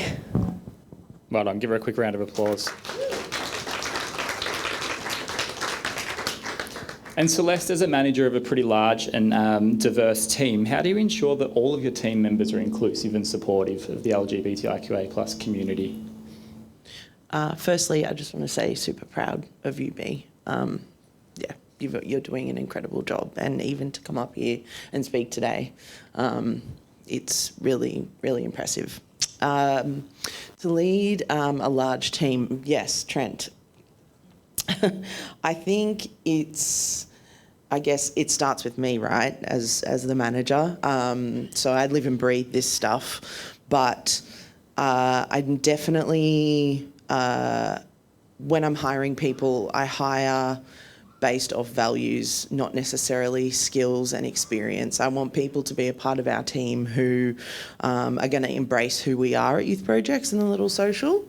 But I also encourage really open communication amongst the team, and not just with me as their manager, but amongst themselves, and calling out behaviours, or whether it's having open discussions about pronouns. I have to apologise, that was actually me who put your pronouns up as that. But I think it's creating that environment in a team where we can talk about those things, and it's not, people can be afraid to talk about people's pronouns because it can be offensive, but we like to be really open, and I encourage questions in our team. I have a question for B. Have you worked at the other cafes, and have you found there's a difference? Because obviously here at the Pride Centre, it's incredibly queer, everything about it, yes, where the others might be welcoming. But do you notice a difference at all? Yeah, I mainly work at Pride, but I have worked at the Alfred Hospital in the past. I think there is a big difference between Alfred and here, mostly in the busyness.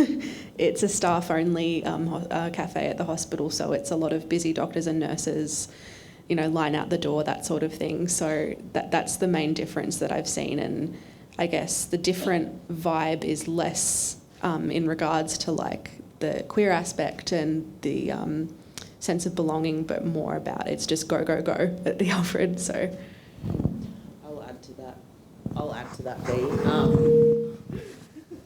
I think it's... Oh my God. and I'm sure B won't mind me talking about this, but we've had conversations where B experiences a few barriers at work, and she's been honest with me that the Alfred is overstimulating and overwhelming, and that her preference is to work here. And those conversations we have really openly and freely, and we make adjustments so that B can be successful based off location. Yeah, and I think my preference for being here is also because it's a lot less overstimulating than the Alfred, but also it's being able to work at the Pride Centre and the sense of community here is also really rewarding. B, what advice would you give to, we've got a range of organisations and people here, what advice would you give to organisations that are supporting young people from the queer community? I think one of the big things, and definitely what I experienced when I was getting support from youth projects, was having people who have that lived experience. I think having queer employees and just the lived experience, and having someone that your clients can relate to and understand. Online? Oh, question, sorry. That's all right. Hi, B and Celeste. Thanks for sharing. And B, firstly, just want to say congrats on securing your gig and doing really well, because I know how tough it can be when you are in the seeking mode. So, you should be really proud.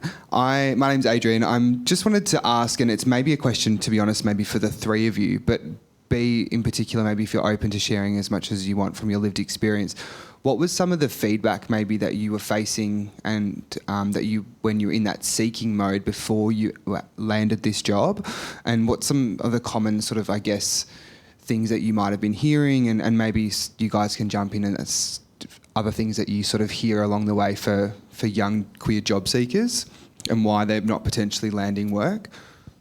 Yeah, I'm not sure actually, because a lot of the being in that seeking mode is really quite difficult, especially at the moment, because people are going, oh, there's so many jobs, so many places are hiring, and then you apply somewhere and so are 40 other people. And it's I didn't really get a lot of feedback from that seeking mode because I just straight up wasn't hearing back from employers, or my applications were just not going through because I didn't meet a certain criteria, and it would just go straight to the no pile. But I guess, that isn't really something I can speak about, because I didn't have a lot of feedback at all because of the difficulty at the moment with...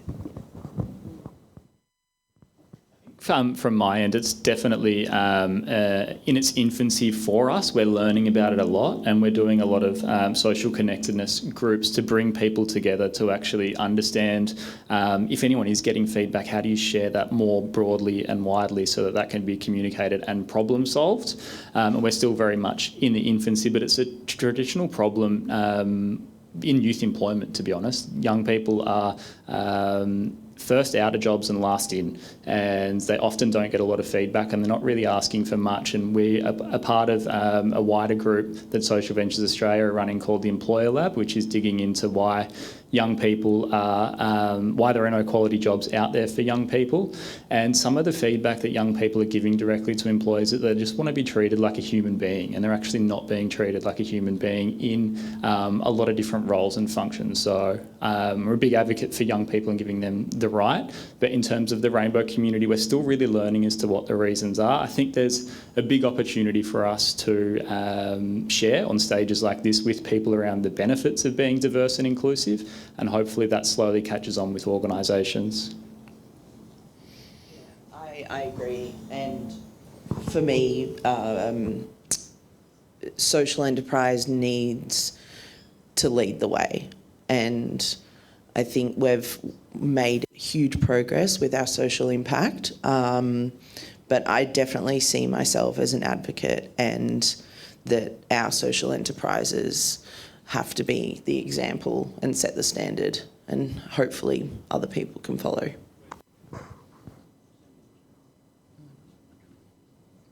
Was there something from online? No, we just got a few technical difficulties over here. So they've just been having a lovely little close-up of your face. No, they haven't. I'm sorry. So that's just while we're all running around over here trying to be really quiet, but obviously not quiet enough. But please continue. Apologies. One more question, everybody. So one more question from in the room. Anyone who has... Thanks, Robert. I just want to know the genesis of youth projects. It's not government funded, I assume, and so where did the idea come from? Youth projects are government funded. We don't like to, I guess, position ourselves that way because we don't want to necessarily be seen as government funded. We want to be seen as forward thinking, innovative, cool, that's going to attract young people to our organisation. But harsh reality is we are heavily reliant on government funding, and it makes up about 80% of our annual revenue.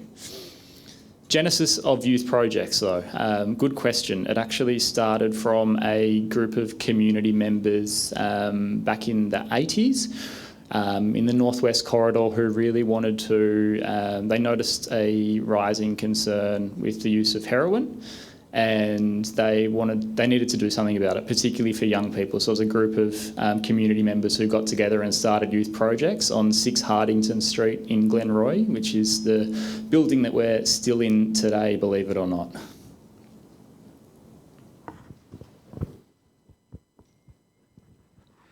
Thank you. Can we put our hands together for Celeste B and Trent, please? Thank you so much.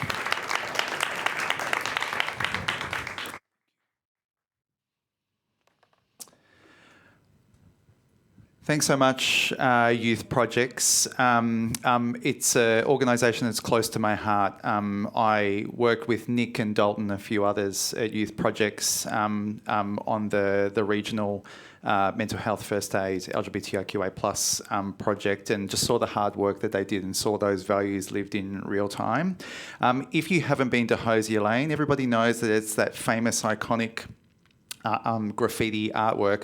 I went in for a meeting, and it was like you walk down and all of a sudden just this door opens in the wall and you're in this incredible environment. So if you get a chance to go and visit Youth Projects, I'd highly recommend that. Some of the things just to, that resonated to think about going into the afternoon, because we are fast approaching that. Please remember, allowing time and not overcommitting is really important. I heard that. The not about us, without us, which is very much something we've heard from trans and gender diverse people in recent years in terms of the work that they're doing.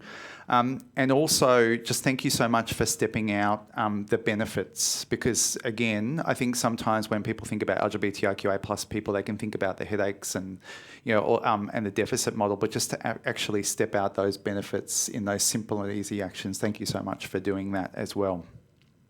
Before we move into the practical side of the day, which will be after lunch, what I would like you to do is, are we back online again, or are we still? We're back online with audio, but the picture's a little bit strange. Okay, so what we're going to do is we're going to do it like this. What I'm going to get you to do is to, like we did at the top of the day, I'm going to get you to turn to the person beside you or the people around you, and in your pairs or pods, I'd like you to answer one question and one question only, but you can talk more than that. The one question I'd like you to talk about in your twos or threes is what has stood out for you so far this morning? Okay, what stood out for you? What will you be taking into your lunchtime? For those people at home, unfortunately, we can't throw you into breakout rooms just yet, but just if you can do a solo reflection with yourselves, that would be wonderful. And thank you for your patience with the technicality. So again, over to you, pairs and pods, twos and threes. What stood out for you so far this morning? Thank you so much. Okay, everybody. In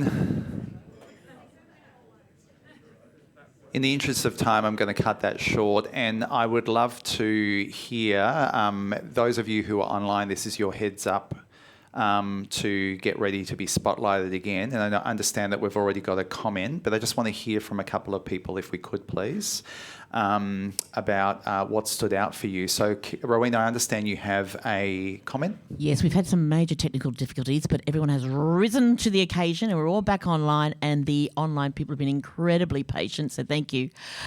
From Jenny, the feedback from queer people and solutions to combat all the challenges are for workplaces. The insightful commentary by all speakers was excellent. Kira, it has been awesome to hear case studies. The speakers have all been great. Jenny, is a fan. Daniel is a great facilitator as well. Funny too, which helps.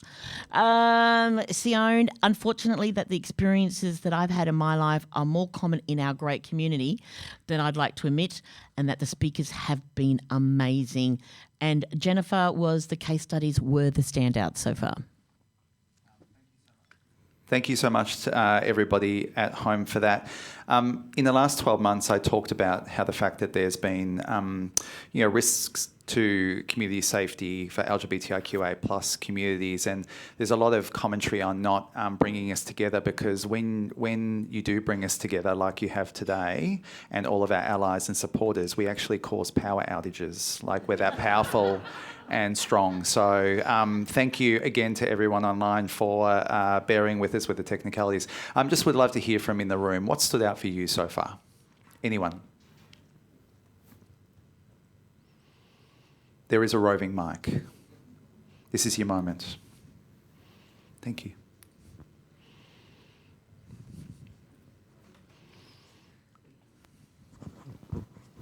There's a couple of things that we spoke about in our group is definitely the percentage, the 60% thing, which is something that's I've not been known about, and I wouldn't have thought it was that high, but upon reflection I can see how it would be that high as well.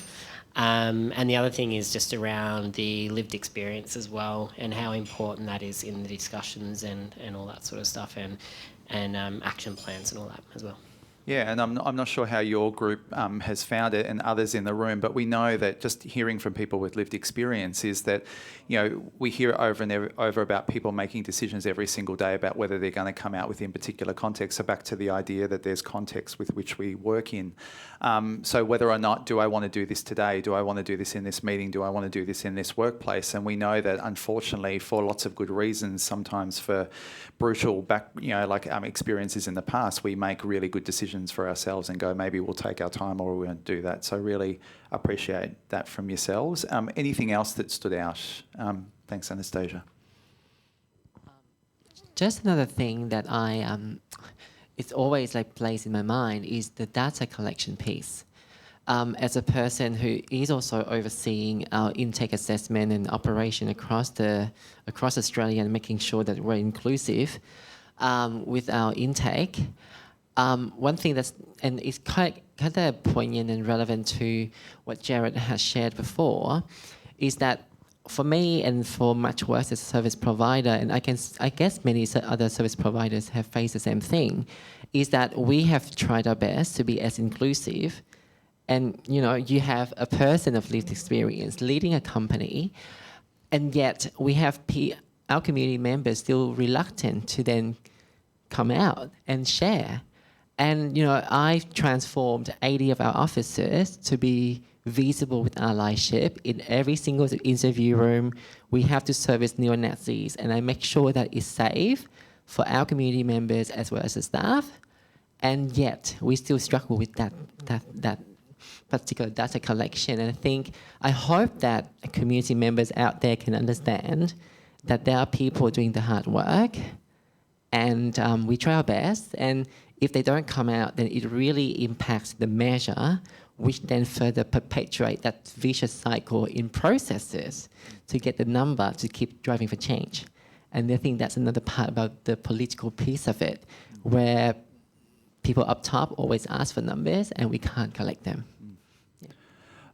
Thanks so much for making that point, and the appreciation of, let's be honest everybody, is that there are incredible examples here, but often it falls to the shoulders of people. Individuals within systems actually navigating that and doing that work. And there are so many good examples, but someone once described it to me as kind of like a beginner level is you could do some of the work that we've heard of today and more, but the second level where you kind of get to intermediate and you're on your way is where you start to do that data collection piece, you start to do the in-tax assessments, all the rest of it, because then that is what will drive your advanced level. Okay, so there's a lot of people, so many people come to the workshops that we run, which we'll be doing this afternoon with you, and they would love to have the data. It's the steps before the data that can be really difficult for people, because people are going, we're doing everything we can, everything imaginable, and it's still not quite happening, or it is happening, but people can't necessarily see it, because let's face it, this is people's lives we're talking about. Okay, with minimal strategic, like some people asked me recently, they said, how can you do this work for 30 years and get up every day, and like where do you kind of find any kind of hope or whatever? And I just go, I know with minimal strategic investment we can change and save lives. Okay, that's what we're talking about here today. So when people sometimes feel down or frustrated or things aren't moving, this is because we're talking about people's lives, which we're put hopefully firmly in the centre today. With that, I'm going to wish you the most magnificent lunch from here. There are two things that we need to do before you have earned your lunch. This is voluntary, by the way. So the first thing is there is a deficit of people smiling, laughing, conversing in front of the media wall at the back. So can you please make sure that you are in the photo booth situation. You can see Teague doing incredible work to make it look like a fun, happy place, which it is. So some of those photos would be great. By the way, we've only got Teague for like another half an hour, so this is the reason why, right? And then the other thing is after we've done that, so let's take a few moments to do that, and we'll kind of churn you through if you're willing. Then we're going to have a group photo, and I imagine we're going to do, Teague, am I right? That's going to be out in the foyer area, in that magnificent kind of area, which I imagine is where we're having catering, Rowena? No. Catering is in the boardroom just behind here. We're keeping the mess away. Okay, so media wall, foyer, food out the back. I will see you. Working up an appetite, we are. Yeah, please feel free to come and see the team, any of the team, Tyler, Teague, Kate, the people behind the desk, as well as Rowena, and come and say good day to me. Go have fun, yep. So media wall, and then as soon as that's done, so like I'm talking in the next 5 to 10 minutes. Again, I've just following directions, Suzanne, okay?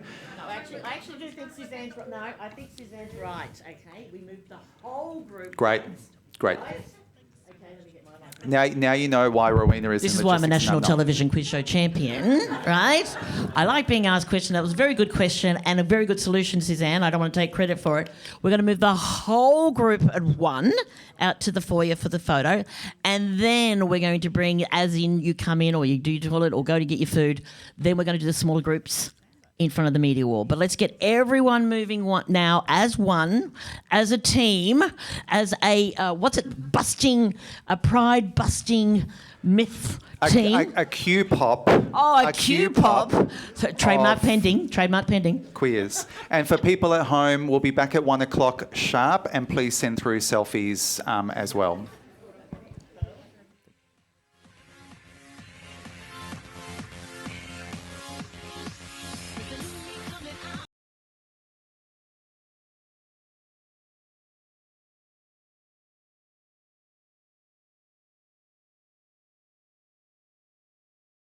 Welcome back after lunch, everybody. We are now in the practical part of the day. So we are now going to look at the Rainbow Ready Roadmap resource, everything that opens and shuts and is in and around it. And hopefully what we're going to do is get you to absolutely apply this to your own situations, settings and workplaces.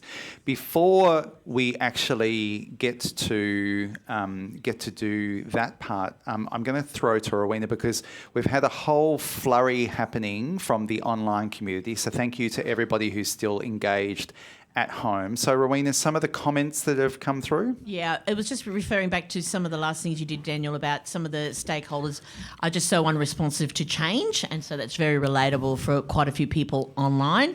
And especially when they were talking about, especially when political cliques are in place and you've got to try and push this change through those cliques in a very political kind of climate. And then that one, you do make a difference, Daniel. I think this might be from your number one fan. If we get enough interest, I might be starting the Daniel Whithouse Appreciation Society following this. But just so it's more than me and Jenny, we might need a couple of people. But yes, we're looking at formation of that soon. Thank you for that, Rowena, and thank you, Mum, for tuning in at home.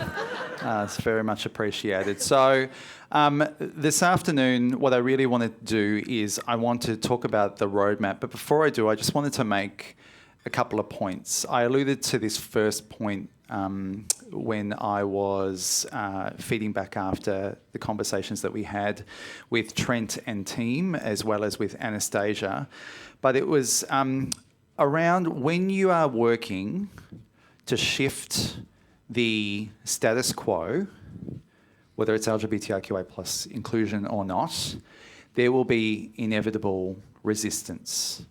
And sometimes that resistance can be more fierce and overt. But what we're finding across the state, if we talk to 29 plus communities that we've worked with over the last 8 years, what they're saying is that they're experiencing more subtle resistance and ignorance. And it's that, so at Rural Pride Australia, we run challenging LGBTIQA plus resistance workshops. And the reason why we do that is that people go, oh my God, we're facing resistance. Like, how are we facing homo, bi, transphobia? Like, what's that about? And then sometimes people go, this is what I'm feeling and I'm experiencing that this is often it's getting in the way, but maybe it's just me. Maybe there's an assessment problem. Maybe I haven't identified it correctly. And what we often find, everybody, guess what? You're actually doing a really good job of identifying it. So really getting people to trust what it is that they're experiencing, and so often that is resistance. And then I had a really incredible mentor who said to me when I was a baby gay and I had no idea way back when, and he said, Daniel, the most fabulous thing about challenging homophobia, because the acronym was GL and sometimes B back then. He said one of the greatest things about challenging homophobia is that there's only about 5 or 6 things that can come out of their mouth.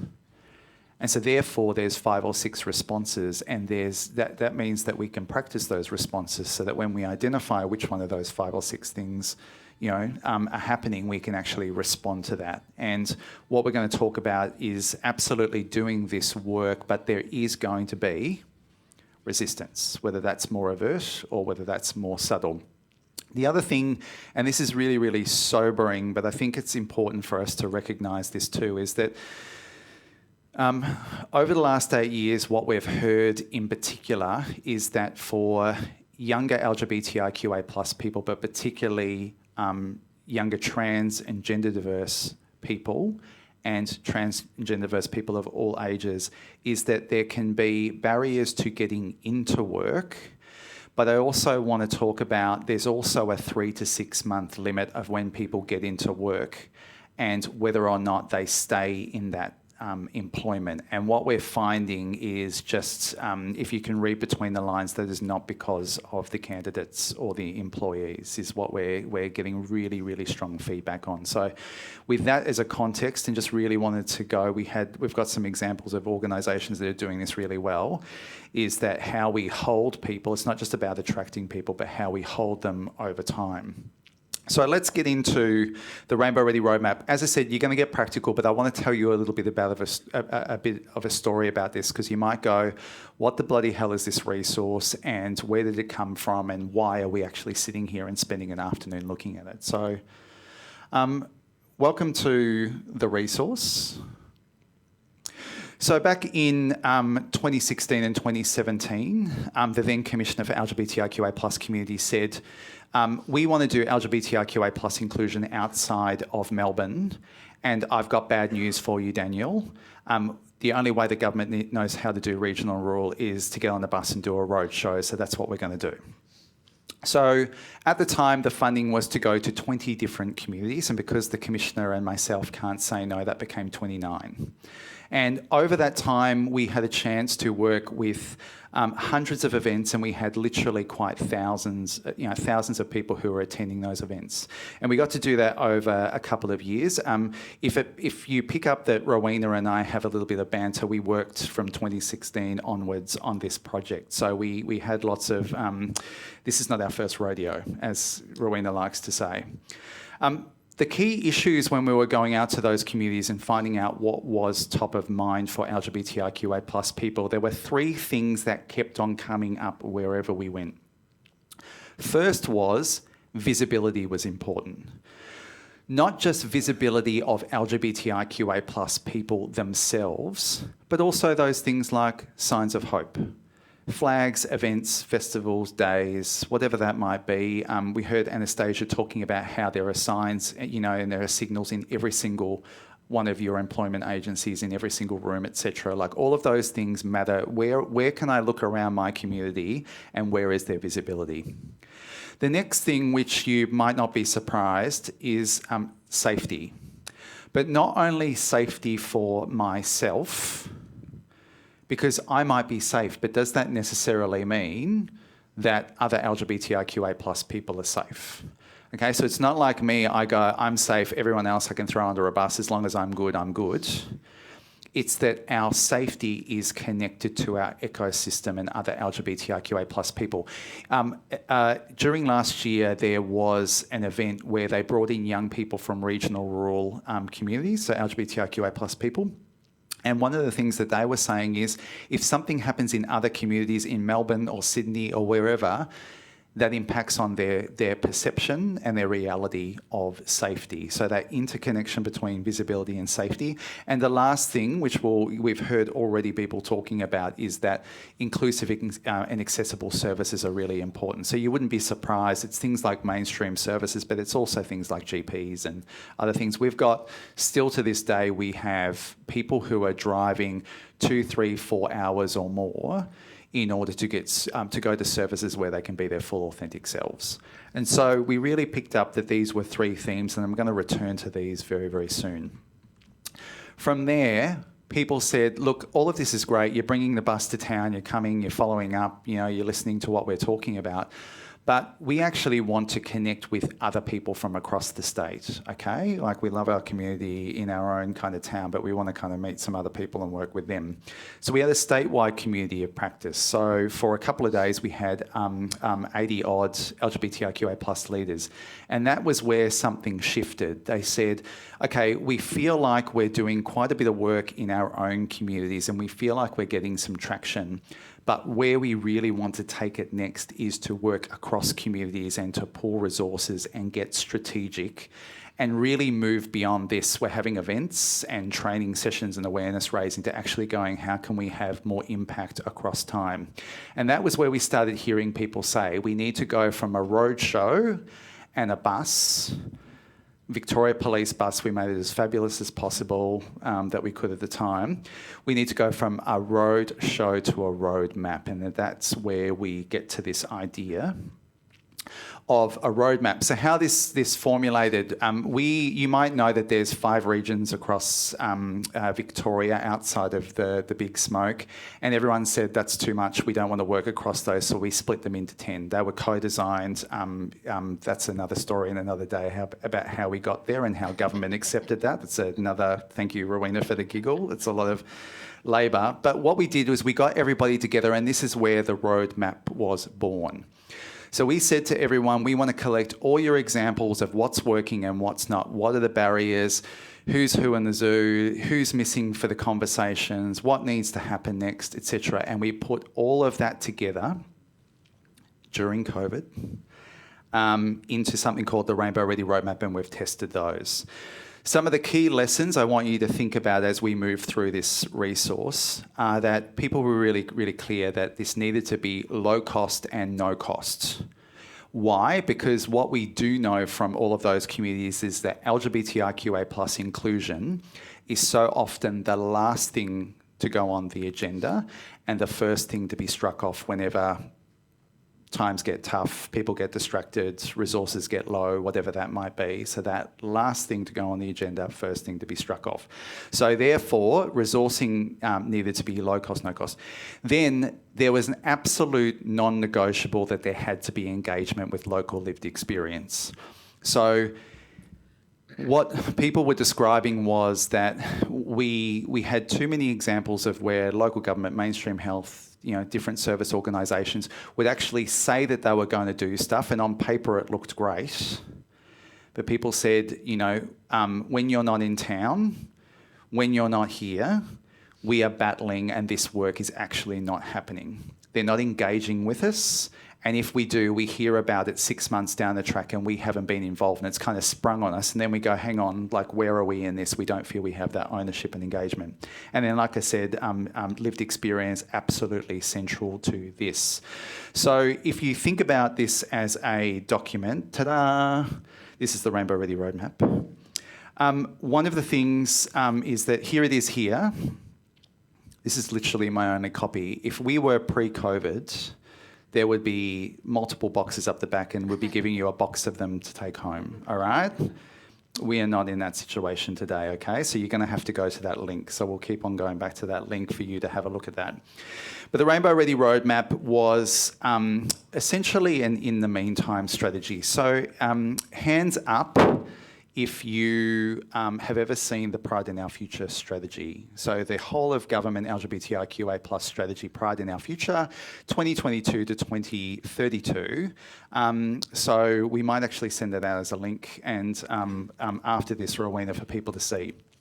But if you look at that, what you'll see is that there are 4 pillars, and this is going to be a link with the roadmap. There are 4 pillars to the strategy, and that is visibility, safety, inclusive accessible services, as well as law reform. So you might see that there's that consistency of what was heard through all of those engagements, which has flowed through the whole of government strategy, and so too with the roadmap itself. Where the roadmap comes to life in version 1.0, so we're hoping for a version 2.0, everybody. Where it lands with version 1.0 is that there are settings guides. So what we went with were the 5 settings that people talked about most in regional, rural Victoria. And they were local government and mainstream health, businesses and other services, which we'll be looking at today, educational settings, so recognising that it wasn't just about schools, it was sometimes TAFEs and regional campuses of tertiary institutions, as well as community groups as well. So that acknowledgement that volunteerism and people wearing multiple hats is something that happens if you're in regional and rural areas. So there are indicators. You're going to get this, by the way, as a handout. What we've found out through trial and error is that we give you the handout, you're going to stop listening and going to get stuck into it, and that's fun. But we just wanted to give you a heads up on what the instructions are, because we've found some clues with, if you're the first time to this resource, some of the things that people say, we wish we had have known this before we started working through it. So in the spirit of that, I don't like being a gatekeeper, but I'm kind of doing that, all right, everybody, just for another couple of minutes. So you can think about those settings guides, and then what you've also got, you've got everything that opens and shuts. You've got checklists. You've got spreadsheets, you've got templates, you've got all of these things that open and shut. And what people tell us is that in the beginning, not in the intermediate and advanced stage, but in the beginning, people can feel quite overwhelmed because they go, where is the stuff that I'm supposed to be focusing on, and what is it that I can do as an entry point? And that's what we're offering with you today. Going back to the website, the ideal is that you will go through this resource, you will work through it, you will engage locally, you will have these outcomes, and that you will upload it to the roadmap website, and that you will be rainbow ready.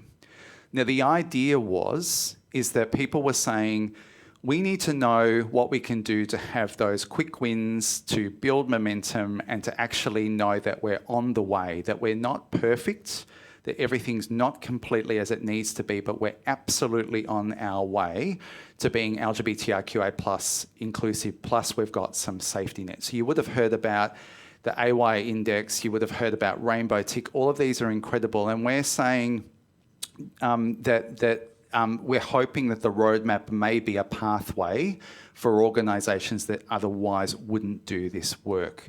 Because what we heard over and over again, and community told us hit them really, really hard, was people were saying, you need to wait until we've got lots of money, we've got lots of people on this, and we get government mandates and all the rest of it. And people were saying, well, what are we going to do in the meantime? And again, this resource is absolutely in the spirit of that. So what I'm going to do now is, firstly, let's open it up to any quick questions or comments from people. And please, let's open it up online. And also, let's just see quickly if there are any in the audience. But any quick questions before I get you literally handed out and we get moving and started? I do have a question, Daniel, from online, asking you, is the regional experience getting better, especially that kind of that outer rim area? I certainly don't want to speak for those communities, but what we hear really, really strongly is that depending on where you are, yes, there's never been a better time to be regional and rural broadly. But what people would say is that there's an asterisk on that given the last 12 months around, like I talked about with the community safety stuff. So there's absolutely more and more focus that's turning beyond the metro areas to regional and rural libraries and festivals and events, the targeting of particular people in communities. We know that I think that people are feeding back that that's happening online, but that's having real implications for how they're moving through their communities. There's less places to hide. But in terms of the statewide services getting more traction since COVID, in terms of people feeling like that they're able to drive local change, it's there. But what people are saying, and we at Rural Pride Australia, we run a statewide rural LGBTIQA plus community of practice. We actually did that yesterday morning. And what people said is, all of this is great, but and I'm going to quote them, we're fucking exhausted. We're tired. And they were actually, they went through, there was a moment where people were being not so necessarily kind and compassionate with themselves about that. They're going, resources, it's hard. Like it's we've done all of this incredible work, and people are going, all right, what are we doing this year? Where are the resources coming from? Like, what's going on? Like, we need a plan. Like, where are our leaders? Who's standing up? And the people who've been there for years and years and years are kind of going, really? And so one of the things I said to them was this, is that it is true that there have been all of these advances, but I just said what strikes me is when I started to drive around the state and work across your communities in 2016, you were telling me you were exhausted and fatigued then. And then we had the safe schools debate, and then we had marriage equality, and then we had bushfires and COVID and floods and everything else, and now the anti-LGBTIQA plus hate and vilification in the last 12 months. And I just go, it strikes me as being a really human response. It really does, that you're having right now. And what people are saying is that what they're really interested in is in getting really strategic. Okay, so working across the state in terms of galvanising regional and rural people. The other thing I think I'm really interested in is place-based stuff, because in those outer metropolitan, peri-urban, semi-rural, whatever you would say those communities are, is that we know from some of the emerging research that LGBTIQA plus experience of minority stress in peri-urban outer metro areas is very closely aligned with what LGBTIQA plus people are experiencing in regional centres. So that idea of Melbourne, that's it, we're done and dusted, it's different. Absolutely, that's not the case. So we need to investigate that more, but think more about how we're doing that place-based approach. So thank you to the person online who asked that. Any other questions online before? Is there anyone in the room who would like to? Sorry, it's just an additional comment from that. It's that person, Jenny. I've seen people with those sentiments, but are still very optimistic. Was it Glitter Groove at Bunjai Place is a case in point in the city of Casey. It's changing significantly in those areas. So yeah. I think that's a really great kind of connection into about those. There's certain areas that you talked about, pockets as well, but it's about connecting across. Yeah, and it's only as good as still to this day, and I don't say this to necessarily deflate, but more to psych us up, is that we actually know the difference where it's multi-stakeholders working together with lived experience, we actually see the outcomes, and where we don't see that multiple stakeholder engagement working alongside and supporting LGBTIQA plus local lived experience, we see vastly different outcomes for community. And you could imagine keeping that up, that's not always resourced, that's not always on people's agenda as well. So I am now going to hand out a page from the Rainbow Ready Roadmap. Maybe Kate, I'll get you to help me hand those out. I'm going to hand these out and then I'm going to give you an instruction. So let's just hand those out. And just leave them to the end when you're done. Thank you so much. Thank you so much. Thank you. Thanks so much.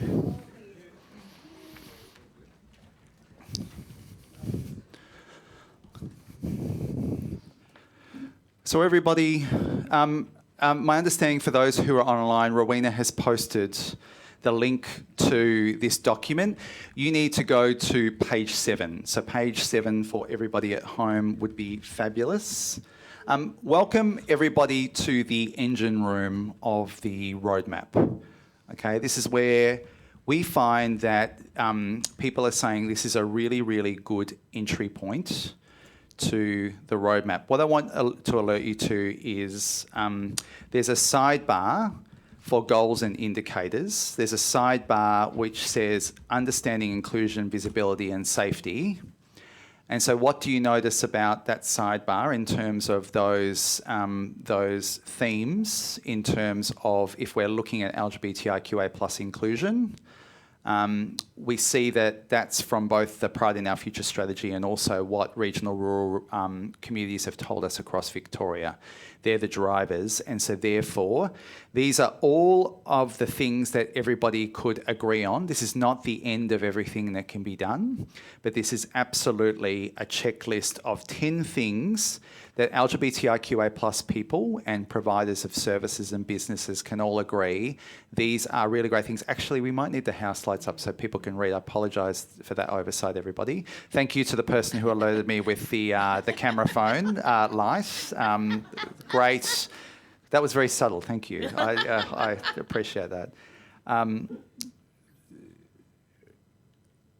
So what I'm going to get you to do is I would really love for you as an opening, as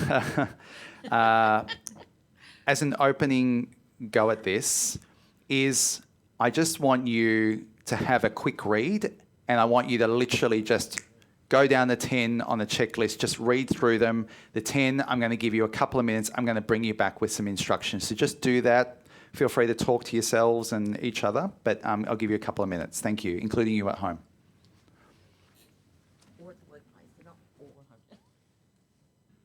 Okay, now that you have, now that you've had a chance to quickly go through that, what I'm going to get you to do is to follow some instructions. So here are your options. If you're a solo, singular kind of person who likes to kind of rip through and do things by yourself, do that. If you like to work in your pairs and pods, do that. If you'd like to do this in a small group, whether that's with your organisation or not, regardless of what you do, I would love for you to follow these instructions and see what you make of it, and they are. I'd love you to do a quick assessment of your workplace. Sometimes people might go, so let's use Anastasia as an example. Like Anastasia, some people might go, well, am I doing it for all of Matchworks and all of our 80, places of, or am I doing it just for my region, or am I just doing it for my particular workplace where I turn up every day? What am I doing, right? Or if I'm in a large organisation, is it just my team, or is it the wing, or is it the campus, or whatever that might be? What I'm going to encourage you to do, which we've heard from lots of people, is to make it easy on yourself, because I imagine, unless there are some people who've done this already, for most people they're saying, this is my first time doing this. So make it easy on yourself. Just give it a go. This is just about having a go, trying to step through the resource, and if you want to apply it for all of your 80 settings and all the rest of it, do that. But just make this easy on yourself. So applying this checklist, these indicators to your workplace. The resource would say, have you met the indicator? Have you met the standard? Have you partly met it? Have you not met it? Or is it unable to be met? What we're suggesting, after lots of feedback from communities, is you can give it a tick if you think you've done it or you're well underway with doing it. So if you go number 1, we're well underway, we're doing it, we feel like we're doing a good job, it's on its way, give it a tick. If you go, maybe I'm not sure, I need a little bit more information, or I think I'd need to check with community to be confirmed, it's on its way, we haven't quite worked out where we're getting the resources from, we want you to give it a question mark and to basically make it a question mark that will be followed up. Then across, if it's new, if the resources aren't there, if the authorising environment isn't there, but you've gone, oh my God, that's actually a really good idea. I haven't thought about that. That's something we can work on, but we're not going to get it done in the next 3 to 6 months. That would be across, okay? And then instead of unable to be met, what we've heard from people is that they just put NA, non-applicable. But what I like to say is, for unable to be met or not met, think of it as not met yet or unable to be met yet. So yet becomes a powerful change word and concept for us to think about, because often people will say, we ticked off 4 things and then all of a sudden a couple of other things felt possible or were possible as a result of that work. Now, what I'd love for you to do is, again, just go through, tick, cross, question mark, NA, whatever that might be. But here is a clue I'm going to give you. Because if you were to go to the intermediate stage, you would put this into one of the templates. And they're going to ask you, well, why did you make that rating? So people have said that they find it really useful if they do a bullet point or a word or two about why they've given that rating. So when you go back to it tomorrow or the next day or next week or whatever, you'll be able to say, this is the reason why we gave that rating. But also you can check that off with colleagues or with community and go, we gave this rating, what do you think? Okay, so does everybody understand? I want you to, whether that's singular, pairs and pods, small groups, to work through for your particular setting of your choice, where you're sitting right now. I will be getting Rowena to monitor the chat. I'll be walking around the room, really happy to ask questions. But here's where I really want you to just do the grunt work and give this a go. So over to you. Put your hand up if you need anything. Thank you. If I can wrest you back from your incredibly engaged, enthusiastic, excited conversations, only temporarily though, I promise you that. What I'd love to do now is, and I include this with the people who are watching at home, and as I was reminded, home and or their workplaces, what I'd love to hear from you is how was that as an experience moving through that first go, very first look at it, giving it a crack, what kind of came up for you, what did you notice, and questions, comments, observations, all of that. How did you go? So we'll start with, have we got anything? We'll start with online. Yes, thanks, Daniel. Jenny was just, it's kind of locked into it. It's not specifically about how they went, but it was about, I suppose, it'll come up hopefully for other people about how do we combat the pink washing and the virtual signalling that comes from, the board or the senior management. And, there's no diversity up there. So if she's particularly keen to get that kind of question asked about the pink washing, or I suppose it's that, up there above they go yes, yes, yes, yes, but nothing actually changes. So thank you so much, Jenny, as a frequent flyer on the online chat.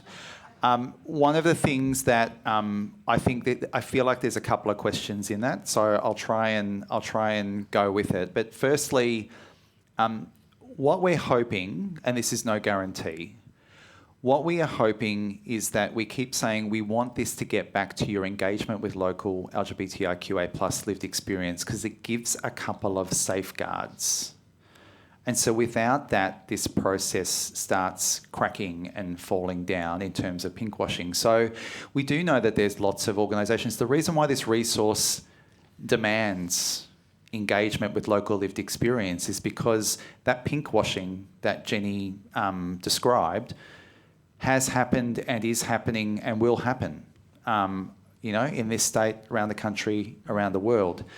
So the idea is that if you're engaging and if you're providing the space, I don't know, has anyone worked with LGBTIQA+ community stakeholders? Anyone? They'll let you know. All right? They'll let you know. It was with fear and trepidation that we put out version 1.0 of this roadmap. We offered it. Give us your examples. Give us all of your, we just did everything that opened and shut. And we knew that when we printed it, people go, why isn't my example in there? Why have you got them and why are not me? And, but. I see that as a great strategy to get to version 2.0. But just to answer Jenny's question, I think that the engagement is not, it's not simple and it's not easy. But for us, it is one of the levers, one of the safeguards to ensure that you're getting feedback about whether the things that the board says that they want you to do is actually going to translate to outcomes on the ground. Because our, Rural Pride Australia, we get to go into communities and work alongside them, but we get a different view on things. We really focus on, are there outcomes for community or are they not? And so we can get really, really clear about when we see. So for example, one of the things that we find is that if you get lived experience in the room with multiple stakeholders, with people who can make decisions and influence things and who can have a say on resources, we know that there are going to be outcomes for community. We see that time and again. Vic Health have evaluated that. Okay, we get those outcomes. And if you don't, guess what? It doesn't always, it's much less likely to actually happen. The other thing that I felt like I heard in Jenny's question was about what do you do when maybe there's not representation in executive management and the board. And that's another issue which I would say is an intermediate and advanced, and I would love to wax lyrical about that, but we do have limited time and I want to stay in this beginner intermediate stage at the moment, but I feel like that is absolutely, that's another question and another level again, which is important. Okay, thank you. And Jenny just said, yes, great advice. Blokey boards are a bit tricky, but yeah, appreciated the advice and guidance. Kira has to leave, but just as said, using that resource, that one page was really valuable to them. So just wanted to feed that back. Thank you so much, Kira. So in the room, how'd you go? And questions, comments, thoughts that you've got. Thanks so much, Kate, in advance for moving about. Amy, thank you. Yeah, just something I noticed whilst we were going through, there was a couple of things we quite confidently ticked and said, yes, great, we do this. But I was thinking and reflecting that a lot of this is potentially open to interpretation. What I might consider that we've done amazingly well, someone else might look at it and think, well, you haven't done this, or you could do this better. And I think there's a lot of areas we can definitely improve. But yeah, I just thought that was an interesting reflection of, that interpretation of it from different people's backgrounds, experiences, and those things is obviously using lived experience would be the best basis. But if you don't have that, where do you go from there? Yeah, thank you so much. Is that the other challenge of this is without local lived experience feeding into that, the best you can do is guesstimates. But what we recommend in that stage is to actually do a job to get as many different stakeholders to be in that process. So across the organisation, not just one part of it, to actually get that view. So I'll give you an example of where a community actually did have LGBTIQA plus people and their allies who were basically going through and doing this assessment. And where they landed was they got to the end of this process and they said, we can't complete this because we don't have enough information.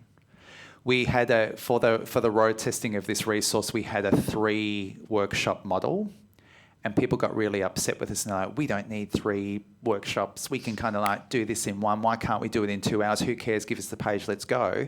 At the end of that first workshop, they went, oh, we've got people in the room who we need to engage. We've got to get a lot more information. We actually don't know. We need to go and investigate. And for us, that's really important because, again, what the people said, if people are just sitting at the table going, we're going to make a decision, like you and I are going to make a decision about how we think the Pride Centre is or what's going on, that's a limited view, and that means that people can be left behind. And what do we know, everybody? The work that we're doing actually can change and save lives and can impact on people's lives. So it's got a lot attached to it. So for us, again, I really want to say is that I want this to be a first go, a beginner's run. And to go, I wonder if I ask this of the executive team, of my particular team, of some of the consumers who I know, one of our LGBTIQA plus reference group, whatever that might be, I wonder what input they would do, and you get a fuller picture. Because here's what I'm going to tell you, is that we've been through processes where people go, we ticked off 4 and we just went, oh, we're really shit at 6. They went and checked with community, and the community's like, oh, I actually think you're being a little bit hard on yourself. You could probably have 1 or 2 more of those ticked off with some caveats, but we actually think you're doing a good job, and we just want to give you that feedback because we know that often if we're doing this work, because again, it is so, there is so much weight to the work and the impact of it, is sometimes we can be less kind on ourselves and actually see some of the stuff that we're doing really, really well. So what we want from this resource is we want you to tick all of these off as quickly as possible and to kind of have that engagement and to go, here's what we're doing really well. We didn't want there to be, and this again comes from communities, they didn't want big barriers because not everybody has the resources to do Rainbow Tick and AY. That's what we want, but that's not where most communities are at and what most organisations are at. So in the spirit of that, hopefully that helps as an answer. Thanks so much, Amy. Other questions, comments?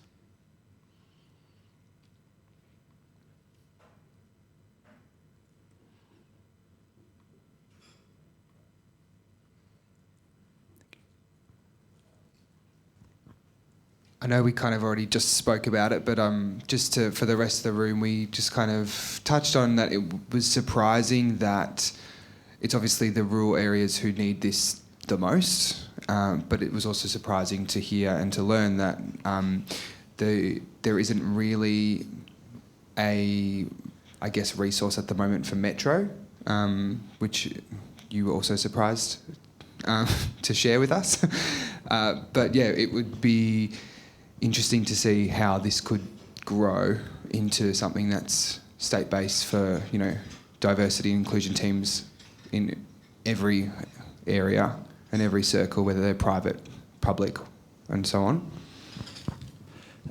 Thanks for that, Adrian, and thanks for that, for taking that nudge to ask that to the rest of the room as a question. I think only to my knowledge, this is only the second time where a regional and rural LGBTIQA+ resource has been fashioned, put together, given birth to, which has then had metropolitan services and others like buying into it. So what we got, I will be honest, I was in one particular meeting where we experienced quite a bit of heat about why this was regional and rural focused, why it wasn't accounting for metro areas, etc. And what I said back to those stakeholders was that so often what we hear is that there is a statewide resource that is put together that is very metro focused, and regional and rural need to adapt that to their own settings, often place-based stuff. And so what we encouraged people to do was to think about that in reverse and go, if you could take this, just have a look at it, how might this be helpful or not, and what would you add to it? What would you change? What would you do? And we found that once people actually read the resource and actually did the exercise, they went, oh, actually, that's something that we can use as a base. Because we know that there'll be some things that aren't necessarily as place-based in some of the places that you work and some of the organisations and services that you're a part of. So absolutely, I think that one of the reasons for getting all of you together is that perhaps DJ Sir, which is one of the best acronyms for a government, only rivaled by QPOP as an acronym, in getting a whole bunch of providers together to go, what might that look like? And I suspect is that part of what I think might be a barrier is that people aren't getting together regularly and talking about this across the state, including Metro, and that I wonder what would happen if after this people did continue to come together and to discuss this, and if anyone was entrepreneurial and wanted to make a killing, please do make sure you give some funds back to regional and rural communities as a thank you, but make a lot of money and have a great time. So, and we've got some ideas about how we will follow up on this, so stay tuned for that. Thank you for that. Yes, sorry, Dan, Simon. I'll just interrupt. That was just a comment from your number one fan. That's just tall poppy syndrome at Play Daniel, the city versus country's attitude, because Jenny's out in that kind of outer rim, so I think encounters that quite a bit. So well done there. Yeah, and look, we did that gently, but it was really, really purposeful. Is that we're rural part of Australia. My background is build it and they will come. Like no one asked anybody to set up a charity or to go and work with regional rural communities, and there wasn't any funding, and there still is a limit to that. But that wasn't the reason for doing it. It was the opportunity to go, we know that this is going to make an impact. We're quite well averse to do this on the smell of an oily rag, but imagine what this might look like. So we had the chance to work with the government and the commissioners for LGBTIQA+ communities, which was like a dream come true. But again, that was because we had done the work already, and we had done the engagement already, and how you work together. And all of you, and it sounds like youth projects, you had a very similar thing, is when you inject those resources, like that thing can accelerate. But it might be that you need to collect some data first, or get to that stage before you can see that amplification. Question from Simon. Thank you. I'll try and ask a clear question, because lots of thoughts with this tool. Like I'm just thinking, your roadmap. You're going around Victoria. Yes. Here today, we're looking at the tool. Are you testing the assumption that this is not just a problem in rural areas? In fact, the problems when I look at this can appear in any community. Mm-hmm. So I don't need to just do the hard. I think there's an assumption there. We don't just need to do the hard work in rural areas. I mean, certainly there's differences. Mm-hmm. Ask the LGBTIQ+ community the difference between living in inner city Melbourne, North Melbourne, Carlton, move out to Footscray, move out to Sunshine, out to the suburbs. It's not much different than living in rural Victoria. Not much different at all. So just because we live in the city, we're not immune to not just LGBTIQ plus issues, exclusion, discrimination. I think, you know, if you look at the political landscape in a city, it's a little bubble. And so these issues, and I think this is a challenge for people in the room, these issues exist in every workplace, every church, every business, everywhere. And so I think that's where the beauty of the tool is. You can apply this to any place, I think. Well, I appreciate that, because what we've got to balance up is that we're trying to make it as make it so that it can be tailored to every setting, but also not make it so ambiguous that it just evaporates into just words, which, you know, I think we're all struggling with, and you know, the roadmap is included in that. Sorry, Daniel, I just there's some actually contrary views about that, just about the difference that you were talking about, Simon. Can I just... Oh, sorry. Yeah, yep. you know, and I'm happy to go online after this. So in terms of what's the difference between regional and rural, I think that we can have a conversation after this about the research evidence and what it's pointing out in terms of the differences. But in terms of the fact that does that negate the fact that what you're saying, that doesn't mean that what you're saying isn't true. It's just that there is a difference, and we chose to focus on that. So I'll give you an insight into my world.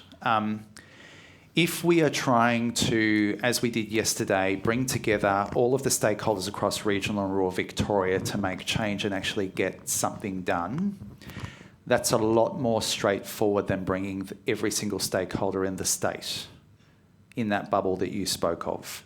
So our view was, we know that we can do something that's impactful, that honours the feedback that we've got over multiple years from those communities, and that if we waited, we still wouldn't have a roadmap if we were waiting to engage all of those other resources, those other stakeholders. And that's for good reasons, and, you know, it's also a challenge and a missed opportunity as well. So I just wanted to make that point, that there is a difference, but it doesn't negate that it's still not people moving across Melbourne and within Melbourne aren't experiencing hardship. I'm not going to be one to speak for that or not, because we've got too many stories to the contrary, but just really want to say that we focused on regional and rural not because we thought that there were no problems in metro. We absolutely concur that there is, and that's why, particularly in those middle to outer suburbs, we're getting engagement. So can this be used in other services? Royal Melbourne Hospital came to us and said, we love the resource, can we work with you? We did a project with them. Royal Melbourne Hospital, 10,000 staff. We had like a strategic review of their services, etc. We did that based on this as the foundation, and a whole bunch of metro councils. So that work is happening, but they're identifying that they can see themselves in it, but they wonder how they can get help in terms of tailoring it to that setting. So the contrary views or other views that are online. It's just more, I suppose, it's not contrary so much as there are differences in those kind of between regional and outer suburbs, particularly around the socio-economic areas. Education areas as well, and you can see that in results such as the no vote and the referendum.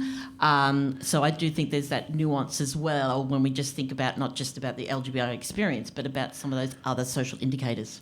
And the reality is that someone's experience is their experience.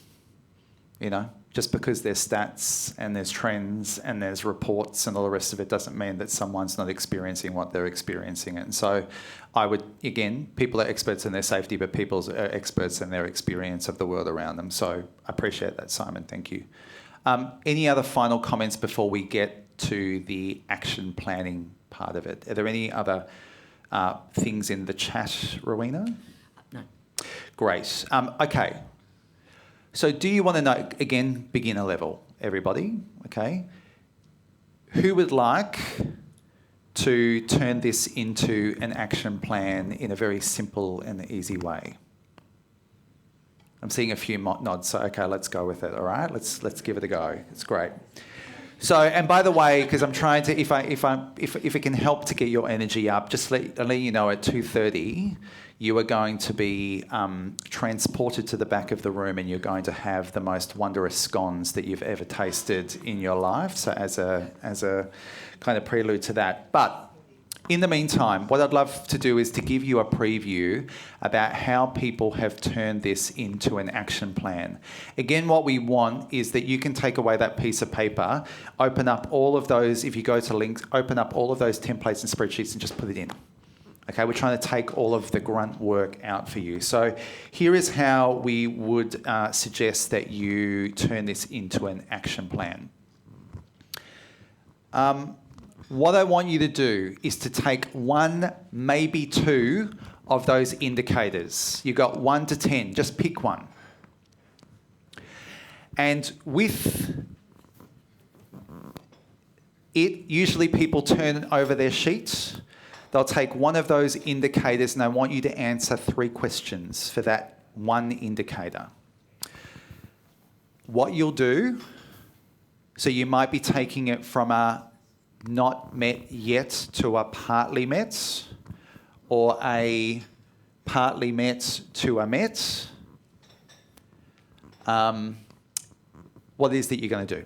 Okay, a couple of simple actions, just a couple of quick bullet points. The second thing I want you to do is, it's one less scone. Second thing I want you to do is which month you're going to do it. I want you to think about things you can do before, I didn't say this at the top, what you're going to do before the 30th of June. The reason why we do that is just to give you a couple of months, because people go, oh, if they start thinking about, like, we've got to train everybody and we've got to get the resources, we've got to get this past the board, all the rest of it. What's something you can do before the 30th of June, okay? So what you'll do, which month you'll do it. Here is my clue to you, or here is my advice to you. If you say that you're going to do it in April, put May. If you say that you're going to do it in May, put June, okay? You get my drift. Things take time. We heard that from Trent, is that allow time and know that that's going to be the case. The third thing is, and this is often something that people miss, is what is the benefit to the LGBTIQA+ community? What's the benefit going to be? Because from our point of view, if you're not thinking about that benefit, then there's a missed opportunity. And so if you don't quite know what it is, put in a guesstimate, put it as a question to ask stakeholders, your LGBTIQA+ reference groups, which I'm sure you all have, which is fully funded with honorariums and an action plan and all the rest of it, great. But you get the drift. So if you get through one of those indicators, and you've ripped through that, feel free to do the second one, but I'm just going to give you time until we break for afternoon tea, which is going to be in and around 2:30. But I just want you to have a go at actually turning one of those indicators into an action plan, because pretty much that's the process of going through the templates, the spreadsheets, etc. So I'll leave it over to you. Put your hand up. I'll wander around. See you soon. Okay, everybody, if I can grab you back again, please. Juicy entertainment news, sports goss. I'm getting very, very nervous. There's a lot of energy. I'm doing everything I can to keep you focused in the room and all the rest of it. So before we go to the break, just wanted to get some feedback or thoughts, observations on turning that into an action plan, and whether that seems to be straightforward, whether there's anything missing for you, whether you've got anything that you would like to ask. How did you go turning that into an action plan with at least one of the indicators? Thoughts, and also online.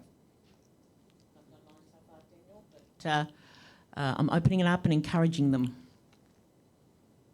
This is your opportunity. So anyone in the room, whilst we wait for online, how did you go? Did everyone get one completed? Did you want to get one completed? Do you think you will at some stage? Yeah, hey, how you doing? Hi, my name's Clive. I found the resource really useful, but it's a bit daunting. I went through the different indicators and thought, I came thinking we were doing fairly well. not quite so sure. So at this point, I'm slightly daunted and overwhelmed by maybe the journey that we haven't really embarked upon yet, and we weren't as far ahead as we thought we were. And I've got a colleague who's online, but there's just two of us from a reasonably large outfit. So we've had the good luck to be here today, but we've got a group, a committee that we have to bring along with. We've got senior management to bring along. We've got a whole organisation. I feel like we've got a big journey ahead of us. So it's a bit daunting, to be honest. Yeah. Really appreciate that. I didn't get your name. Clive. Clive, thank you. Really appreciate your honesty. And you may or may not be surprised to find that that's we hear that quite a bit across the state. What I would like to get people to think about is that the gift of something like the discount model, which shows us that there is a continuum of readiness, and it depends on how ready you are. Part of that is resourcing, part of that is engagement, supportive and authorising environment, all of these things. And what I like to get people to think about is that, firstly, that concept of not yet, or partly met, or not met yet, etc. But the other thing I want people to think about more and more is what's stage appropriate. So if we're being compassionate and kind and realistic, if there is one, maybe two people who are, invested in this, and you are at the start of your journey and you're looking at a checklist and you still have to do all of those things, what's stage appropriate? And so the gift for me I started using that in schools, that particular model, and it was, if you're at stage 1, what am I trying to do? I'm not trying to get you to stage 5. I'm trying to get you either to stage 1, or if you're stage 1, I want you to get you to stage 2. If you're stage 2, where do I want you to go? Stage 3, and so on. So what's stage appropriate for you, which might not be for some of the other organisations in the room? One of the things that people will talk about is a lack of people getting together as organisations and services and settings at similar points. Or maybe some of the people here who might be at stage, I don't know what stage you're at, but let's imagine it's stage 3 or 4 that you need to kind of hang around with to look at what might be that next leap. But please, from a compassionate kindness point of view, we find that people do more of this work when there is a compassion and a kindness with where you're at, and to think more about where you are in a stage appropriate way. So I also don't want to dismiss your feeling daunted and overwhelmed. Because, I look around the world and I'm often feeling that way. And so again, where I try and go to is, what's the next step? What can we do? And if we're going to talk about this after the break, how might we follow up if it means that we need to make sure that we're supporting each other more in these spaces to share where we're up to, that may or may not be a useful thing. But we often find organisations that go, I just need to hang out with other organisations to kind of breathe, And I talked about the statewide community of practice yesterday. And I came away going, was that good, kind of bringing everyone together? And someone rang me up afterwards and said it was just really good, even though I said that we were, and to quote again, fucking exhausted. It was really good to hear that other people were in that boat too, and that it was just right now and at this stage, post-Pride season, all that kind of stuff. But again, hopefully stage appropriate. Thanks so much, Clive. I really appreciate it. So just a comment online. Jenny did a plan and will implement it in the specific timeline. So well done there, Jenny. In response to Clyde, Jenny was just talking about it's to overcome such an incredible hurdle. Can be challenging. Connect with local politicians as well as stakeholders. It worked for them out at the City of Casey, networking as well for that, coming that daunted. Because I suppose it's once again what Daniel was saying is that sharing of where everyone is, and not being alone or feeling that you're alone in that journey. Jenny, I'm so impressed with you getting action planning so quickly.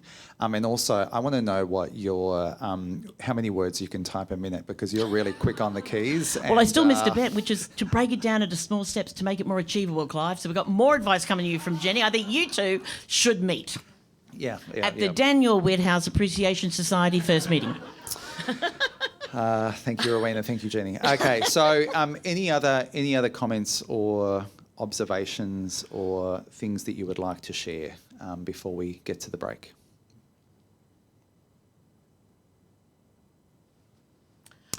Scones away. With that, what I'm going to do is say, let's go to the break. How long do we have for? We have 15 minutes. So if we can be back, we've started you later at 2:33, so let's make it 2:48. I'm an aspirational 15 minutes, so if it's 2:50, we're good. Enjoy. Okay, everybody, if I can grab you back again.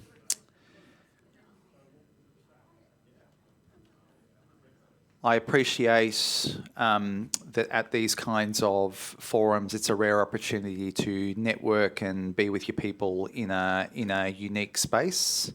There was an event I attended recently, and it just became clear to me that it wasn't an LGBTIQA+ led event, and I was just reminded, and I was saying this to Justine, the CEO of the Pride Centre just before, is that it's a stark reminder that we don't always get to be in these kinds of rooms. So just really, really want to appreciate that. So welcome back. We are in the final stages of the workshop. We've got a couple of takeaways. So there are a couple of things that we are going to get you to engage with beyond this forum. So it's not just about today, it is beyond. Was that a fly? Was that mimicking me, Suzanne? I wasn't sure. It was. Yeah.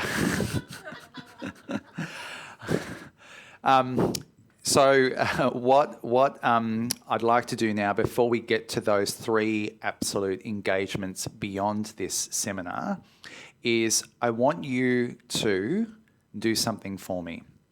And that is, I want you to get up and move to a different kind of seating position or beckon someone over to yours, because I want you to get into a different group.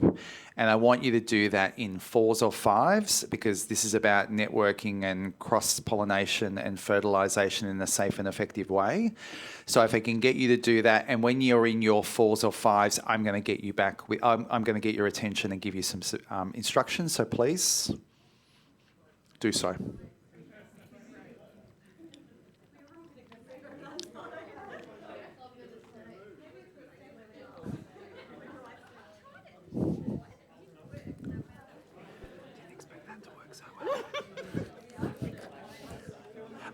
And we're in breakout rooms.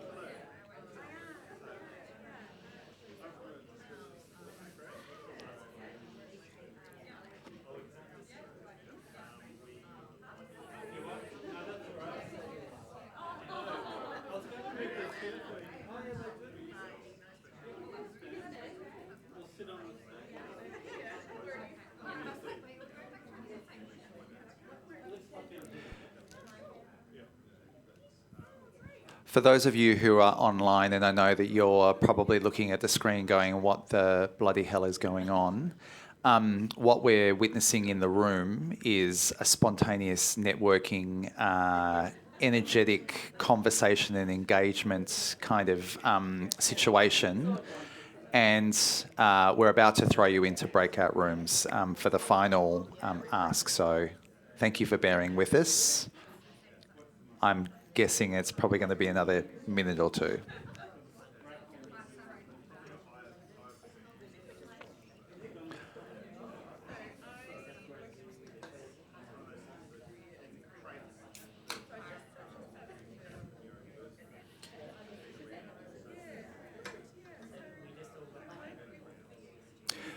Okay, everybody in the room, just so that we can, just please know that I want you to continue doing exactly that you're doing, but just for the sake of the people who are online, who are waiting and they're not benefiting in the joy, the LGBTIQA plus inclusive joy and networking that's going on in the room at the moment, as people are broken out into the new rooms, we're going to put you into breakout rooms in the online space, and I want you to continue talking and consider 2 questions.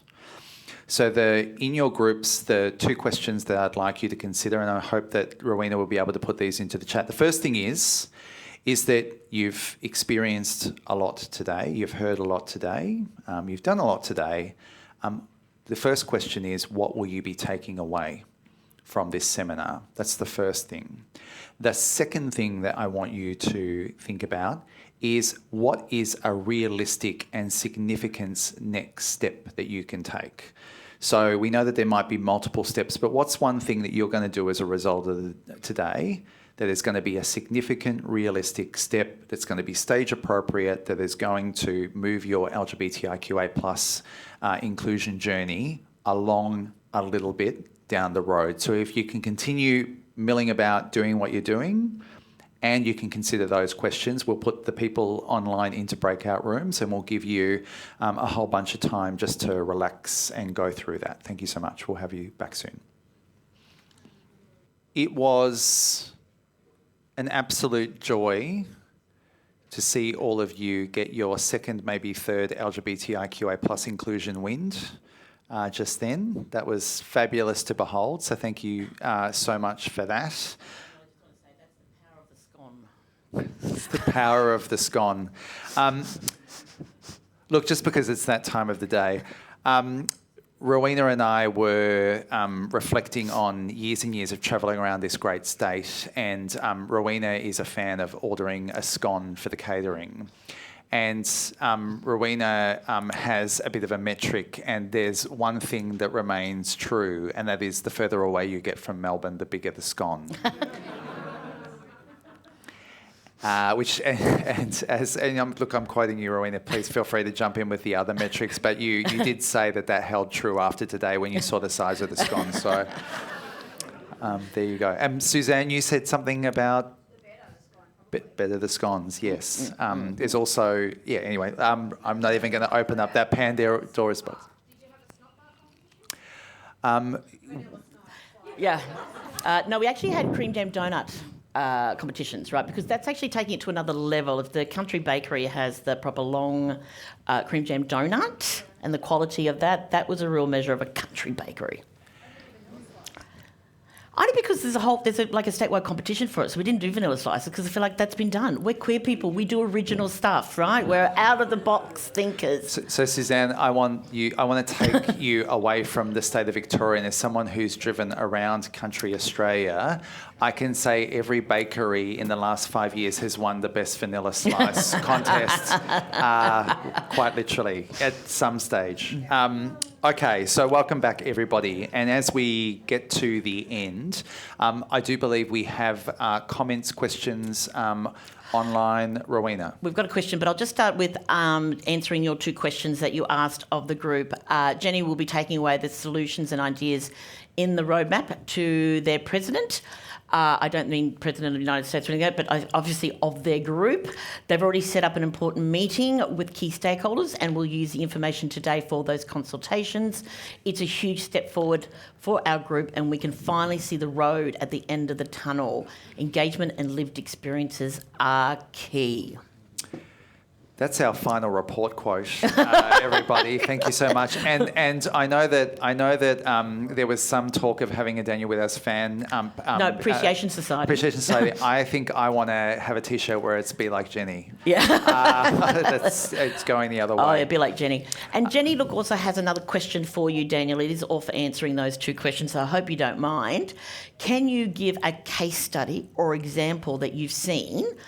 Hopefully around Victoria, but I'm assuming it can be around Australia when you travelled for 267 days in a gay truck called Bruce, if I remember correctly? An openly gay truck called Bruce. Openly gay truck, yeah. Can you give a case study or example you've seen that's left a lasting impression and had a positive result and impact we could all benefit from hearing today? I don't know if this is roadmap related or not, but I'm going to give 2 Victorian examples. One is, I think from a roadmap point of view, there was a particular council that took the roadmap, the local government settings guides, lots of overlap, but some things different in terms of the checklist and the indicators. What they did was they started off with from memory, the local government one is 12 indicators, and they turned that into a 3-year action plan that was 42 actions. But that was, let's just start. Shit, we don't have all of the information. Oh, let's put it out to community. Okay, we need to do a little bit of work because we haven't really done that. We haven't invested in that. Okay, let's get them all into the room. What else will we do? And it built and it engaged. So that was a process. And again, for me, whether it was 42, 47, 14, 4, don't really care. It was the fact that they had engaged their community in order to do that. And that, from a roadmap point of view, is just an example about please do not be attached to this document and think that it's the only thing. It's, as one of my wise colleagues used to say, when we think about things, think about that as the floor but not the ceiling of where it is that you can go with this work. In terms of just, look, what's off the top of my head, there are so many things that warm the cockle of my, cold gay heart. But one that struck was that, and this is actually Swan Hill, and I will give them a shout out. One of the things that when I first went to Swan Hill, absolute start of before there was a bus and a commissioner and all the rest of it, I said, what is it that you would like after a visit from a commissioner and a bus and LGBTIQA plus kind of, activations? And they said, we just wish that there was only, we wish that we weren't the only person who was standing up for LGBTIQA plus inclusion in town. That's what we want by, the bus. And you'll remember this story, Orina. We were in one of the organisations which had traditionally not been inclusive. We're in the boardroom. We had local government. We had every single organisation. We had mainstream health. We had police, the schools. We had community members all in the one room. And then this particular youth worker was going, I just want to say how much this means, and we've tried to start up a youth group and we've had lots of gatekeeping. There's some horrible stories which I won't go into right now. But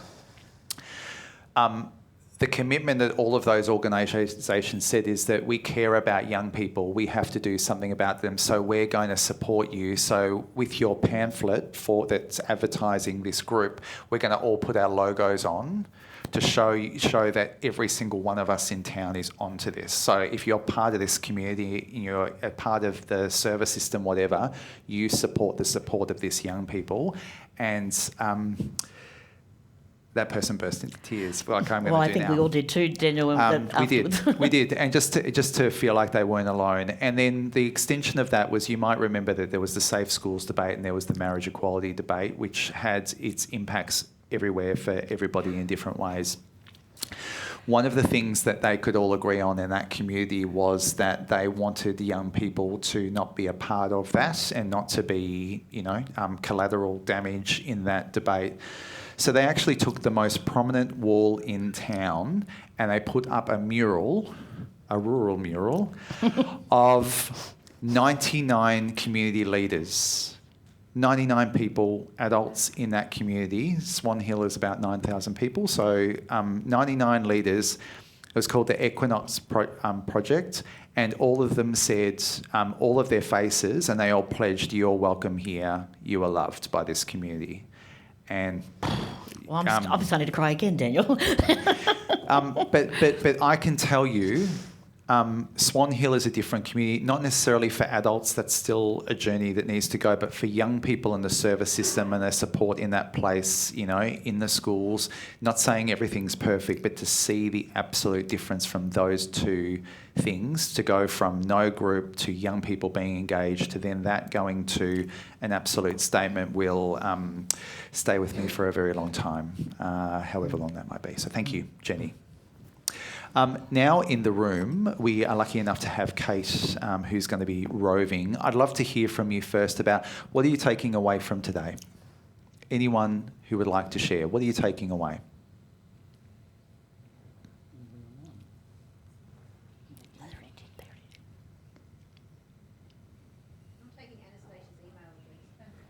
Great, thank you. So we've got connections with other people, like a really, really good employment crowd. You've been up and about with the business cards, and I've been very, very impressed. It's kind of made me go, I'm in a world where someone kind of holds up their phone and there's a QR code, and I'm like, oh, okay, like whatever. But anyway, Anastasia.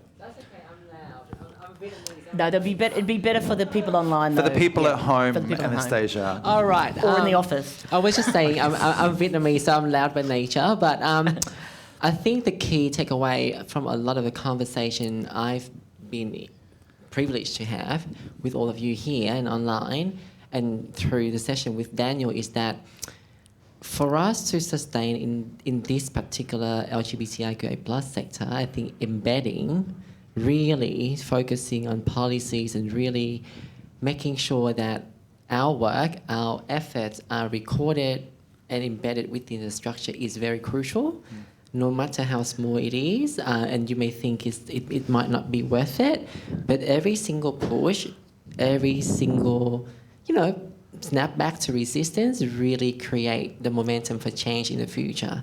So for the sake of sustainability, please embed. And that's something I learned from Kay Bradshaw as well. So yeah, thank you. For that, thank you so much, Anastasia. And for those who haven't been lucky enough to meet Kay Bradshaw and the work that she does with Uniting Vic Tas, that's a change maker. Remarkable so in that. In terms of embedding, I'm really glad that you brought that up, Anastasia, because one of the things that sometimes people say is like, oh, we've only done 4 of these and we're not sure if we should embed it or not, and who else is going to do it and what does it look like, in the future. And the best wisdom we've got from a whole range of examples, organisations is if you've got 10 indicators, often people will say, oh, we could tick off 3 or 4 of them or more. 3 or 4 of those, that's the first year of your action plan. And what do you do? And you go, but we've already done it. What do we do in the first year? You do everything you can to embed. Embed is kind of like intersectionality. I kind of think if embedding is kind of, if you know how to embed things and you actually, please tell me, because but you can do your very best to make sure it's much more likely to continue on in its life form. So the first year, maybe those 3 or 4, things that you've ticked off already, but make them embedded. Second year is the next 3, 4, whatever that might be. And the final year is the stuff that you can't even look at or you don't even know where to start. Okay? And then even if you go, I wouldn't even know where to begin, just kind of chuck them in the last year. Because what we're finding is that people go through the process of the conversations that have to happen, the work that has to happen to get it somewhere near being embedded, to get to the next kind of year, is that things look a lot more differently and may open up. Again, this is not a guarantee, but again, this is the wisdom from organisations as they're moving through this, which hopefully leads to more embedding. Thanks, Anastasia. Anyone else? Not only takeaway, but what's a real significant step that you're going to do in the next week or so? Is there anything that you're going to do? Yeah, thank you. Hello.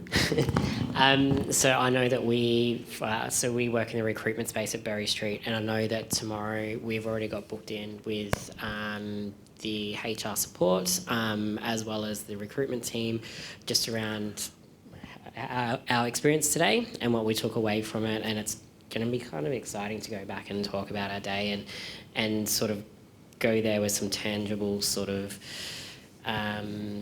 examples that we can use and some put some actions in place, I guess, as well, or at least have that discussion to start those actions as well. And I think the biggest takeaway today is just recognising that some parts of an organisation can do really well. So the metro areas of our organisation can do really, really well.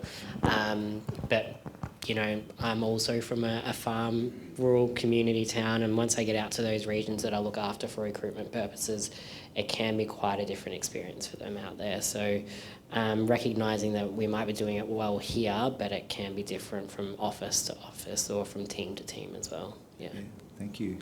Really appreciate that, and also recognising that sometimes it takes getting stuff done really, really well in 1 or 2 places, and then trying to not that I'm going to use the words, but convert the rest of them, so that you can get your recruitment points. I do realise the other thing that we hear from places is that sometimes people can be a little bit hard on themselves in terms, I'm not saying this is you, sometimes people can be hard on themselves because they go, oh, well, everything's okay in this part of the building or in headquarters, but it's not necessarily down at the depot or in one of the other sites or wherever that might be. But we do know that often there can be pockets of support and pockets of resistance. And if I've learned anything, whether that's working in communities or schools in particular, is that it's not that your pocket of support becomes, the whole organisation or community or school. It's usually getting to a critical mass.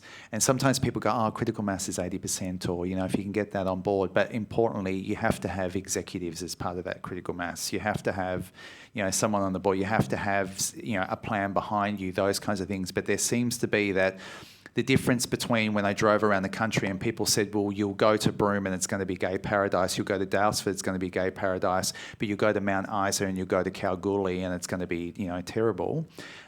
Someone once said to me, they said, where are you going in Queensland? I told them, and they said, pardon my French, why the fuck would you go to Mount Isa? There's nothing fucking there. And my response back was, if I don't go, how will we know what life is like and what's possible there?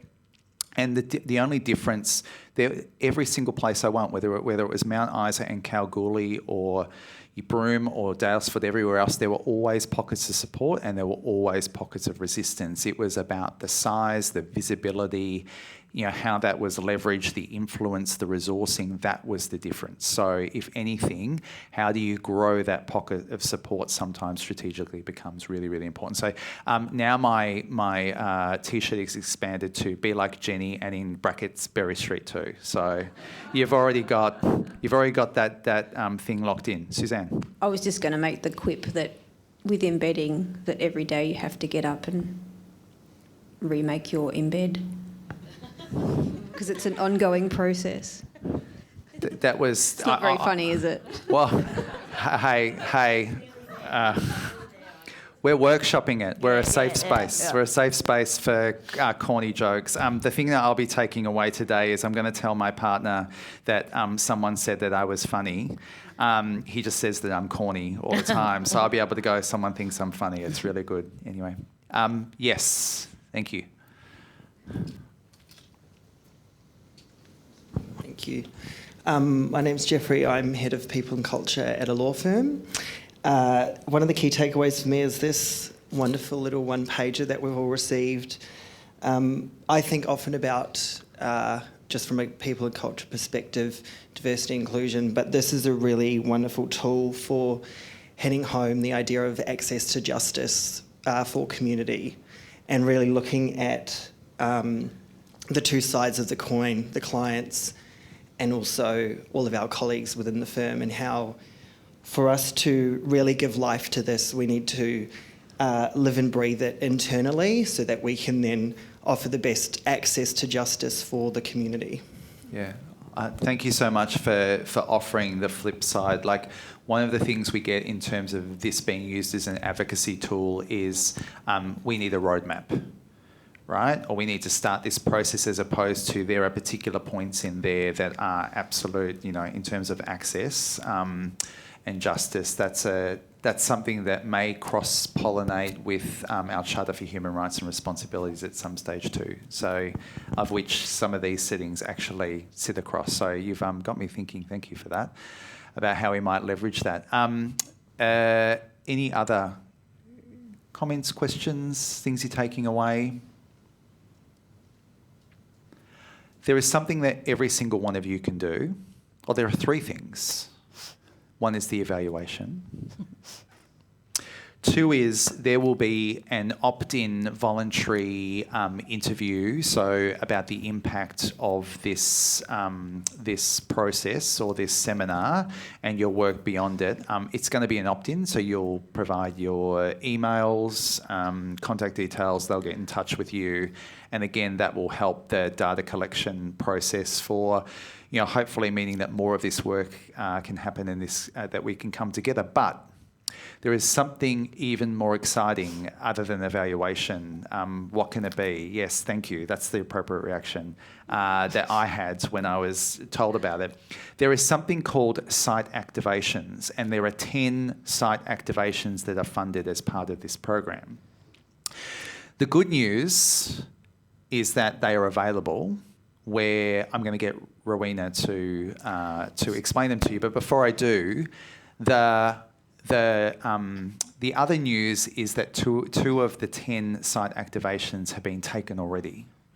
So there are 8 spots where you will give an expression of interest for a site activation, and now you have a national TV quiz show champion who is going to let you know more about what that entails and how to provide that expression of interest. Thank you, Daniel. I normally like to answer questions, but I'm going to do some statements. For the site activations, you get free use of the space. We do a lot of the marketing communication. It's an opportunity to basically have space at the Pride Centre for a day to actually engage with, we promote it, engage with people coming to the site, specifically to have a chat with you. Amy from Fitted for Work has been one of those groups that's been here and found it really valuable. So have a talk to Amy about what they got out of it. Like Daniel said, so it's just basically you have to turn up, but we cover all the other costs associated with you coming here. So that's great. We've got 8 left, as Daniel said. Then we've also got a Jobs Expo that the Pride Centre are hosting on the 13th of June. We're going to be doing also workshops in here at the same time. So we're going to really try and make it a space where it's not just about coming and talking to stores, but people will get some capacity building as well, and that's something you might want to be a part of as well. There's limited space because it's not an endless building. So please, once again, events at pridecentre.org.au if you're interested in doing that and having a chat to me. So those are the kind of big things: evaluation, site activations, or the Jobs Expo. I know Daniel's probably going to do some winding up, but I just wanted to say thank you to Daniel for his facilitation today.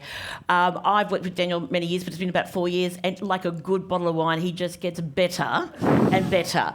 I could have said cheese, but I went with the wine. So can we all just give a round of applause to Daniel Whithouse today for, I think, some fantastic facilitation and bringing everyone in the room together. I also think someone who's outstanding that we don't have in the room, but is Helen, our captioner. I don't know about you, but I've learned how to spell a whole lot of new words thanks to Helen. I was like, my goodness me, you're on point, Helen. So can we just give a big acknowledgement for Helen catching up and keeping up with all that's going on there. So thank you so much, Helen. You're amazing. I'll hand it back to Daniel for the final word. Well, thank you so much. And in the interest of time, thank you so much, everybody. As we've heard, Helen on closed capturing, but also behind the desk we've had Damien, Chris and Michael. So thank you to them for all the technicalities. They got us through a cataclysmic LGBTIQA plus shutdown. I want to say thank you to Kate and Tyler for roving and doing all of the catering and all of the cuppers and other things. Rowena, and not only have you got a superstar, but you've also got that jacket, which is a lot of emotional labour, and it's hard fought and hard won. So thank you so much, Rowena. Justine De La Riva and Minister Vicki Ward, who opened the day, and throughout the day we've had Anastasia, we've had Trent and Bree and Celeste as well, but also you've added your own examples. And again, I really want to say this, is that it's work to actually share your own experiences, whether they've been amazing and or through to brutal and anywhere in between. So just really want to acknowledge that. The final thing I'll say before I go, by the way, I'm going to hang around and loiter with intent, so if you want to talk after this, it's fine, but I'm wrapping up so you can all go. The final thing I'll say is that LGBTIQA plus people over the last couple of years has said that 2 things in particular have been incredibly important. The first thing is, as I said at the top of the day, showing up and turning up, and people saying we don't feel that enough people are showing up and turning up for us at the moment, so we really notice it and we really value it. The second thing that people say is that small kindnesses matter, and that again, that people are finding them in shorter supply than they would like to. So for showing up and turning up, for the kindness that you will provide yourself and each other, and I'm sure that you do this in your everyday lives, I just want to say thank you so much. I've been your MC. It's been a delight to be here today. See you somewhere down the LGBTIQA+ inclusion road. Thank you.